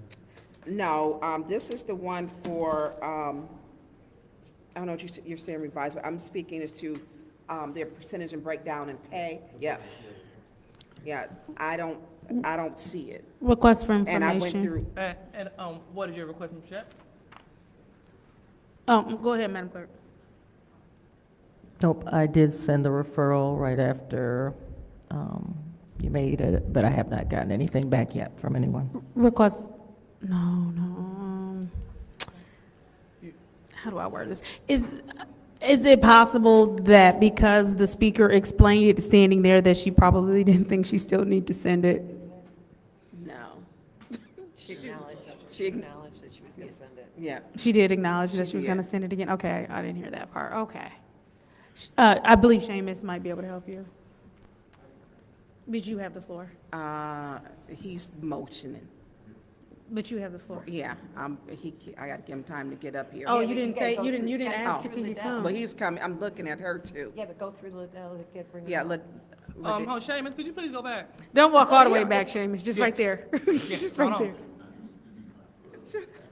on. No, I'm really serious. Go back. Excuse me, this is, we are on my time, so through the, Madam Chair, Yes. yeah, that's No, immature. no, let's do Yeah, it she on properly the power through the trip. chair. Madam Chair, Let's stop the You on a whole disrespect. Go power ahead, Miss, trip. go ahead, Madam Clerk. if I may, Madam Clerk, I can't hear you. Our colleague is talking. Mr. Bannon just sent the information that Ms. Burns requested, so. Oh, okay, that's fine, but we will make sure that we go through the chair. I'm not doing power trips. And we don't have to, that's fine. Okay. So, all right, so anyone else in the first round? Anyone else in the second round? All right, well, we'll go ahead and call for the vote. And we are voting to approve Resolution 250389. Roll call, Madam Clerk. And this is for the grant extension for the CVIPI program. Ms. Mashat, Yes. Mr. Pfeiffer is not in. Mr. Jarrett, No. Mr. Alamin, Yes. Dr. Lewis, Yes. Ms. Johnson, Ms. Priestley? Yes. Ms. Burns is not in. Ma'am? Great. All right. The vote is 5 yes, 1 no. The vote is 5 yes, 1 no. That resolution passes. So moving on to the last separation of the. Madam Chair. Go ahead, Ms. Mashat. I'd like to make a motion that we leave this in council until we get the proper information for it. It's introduction of first reading of ordinances. It's 250413-T Code Amendment Ordinance Chapter 50 Zoning Map. The attorney stated that there was some more information needed. I'd like to move that we leave it here. All right. Supported by the councilman in the first ward. Roll call, Madam Clerk. Mr. Pfeiffer's not in. Mr. Jarrett? Yes. Mr. Alamin? Yes. Dr. Lewis? Yes. Ms. Johnson? Ms. Priestley? Yes. Ms. Burns is not in. Ms. Mashat? Yes. The vote is 6 yes, 0 no. The vote is 6 yes, 0 no. Motion to adjourn. Madam, Oh, did you need something? I I'm sorry. wanted to make a final comment. Oh. I Oh, wanted to discuss the zoning real quick. okay, well, There was, I find it, so Ashley Capital has been waiting for this rezoning for quite a while. This and the vacation of Robert Street, I believe it is. Don't quote me on the name of the street. And I find it appalling that we can't get it done when it needs to be done.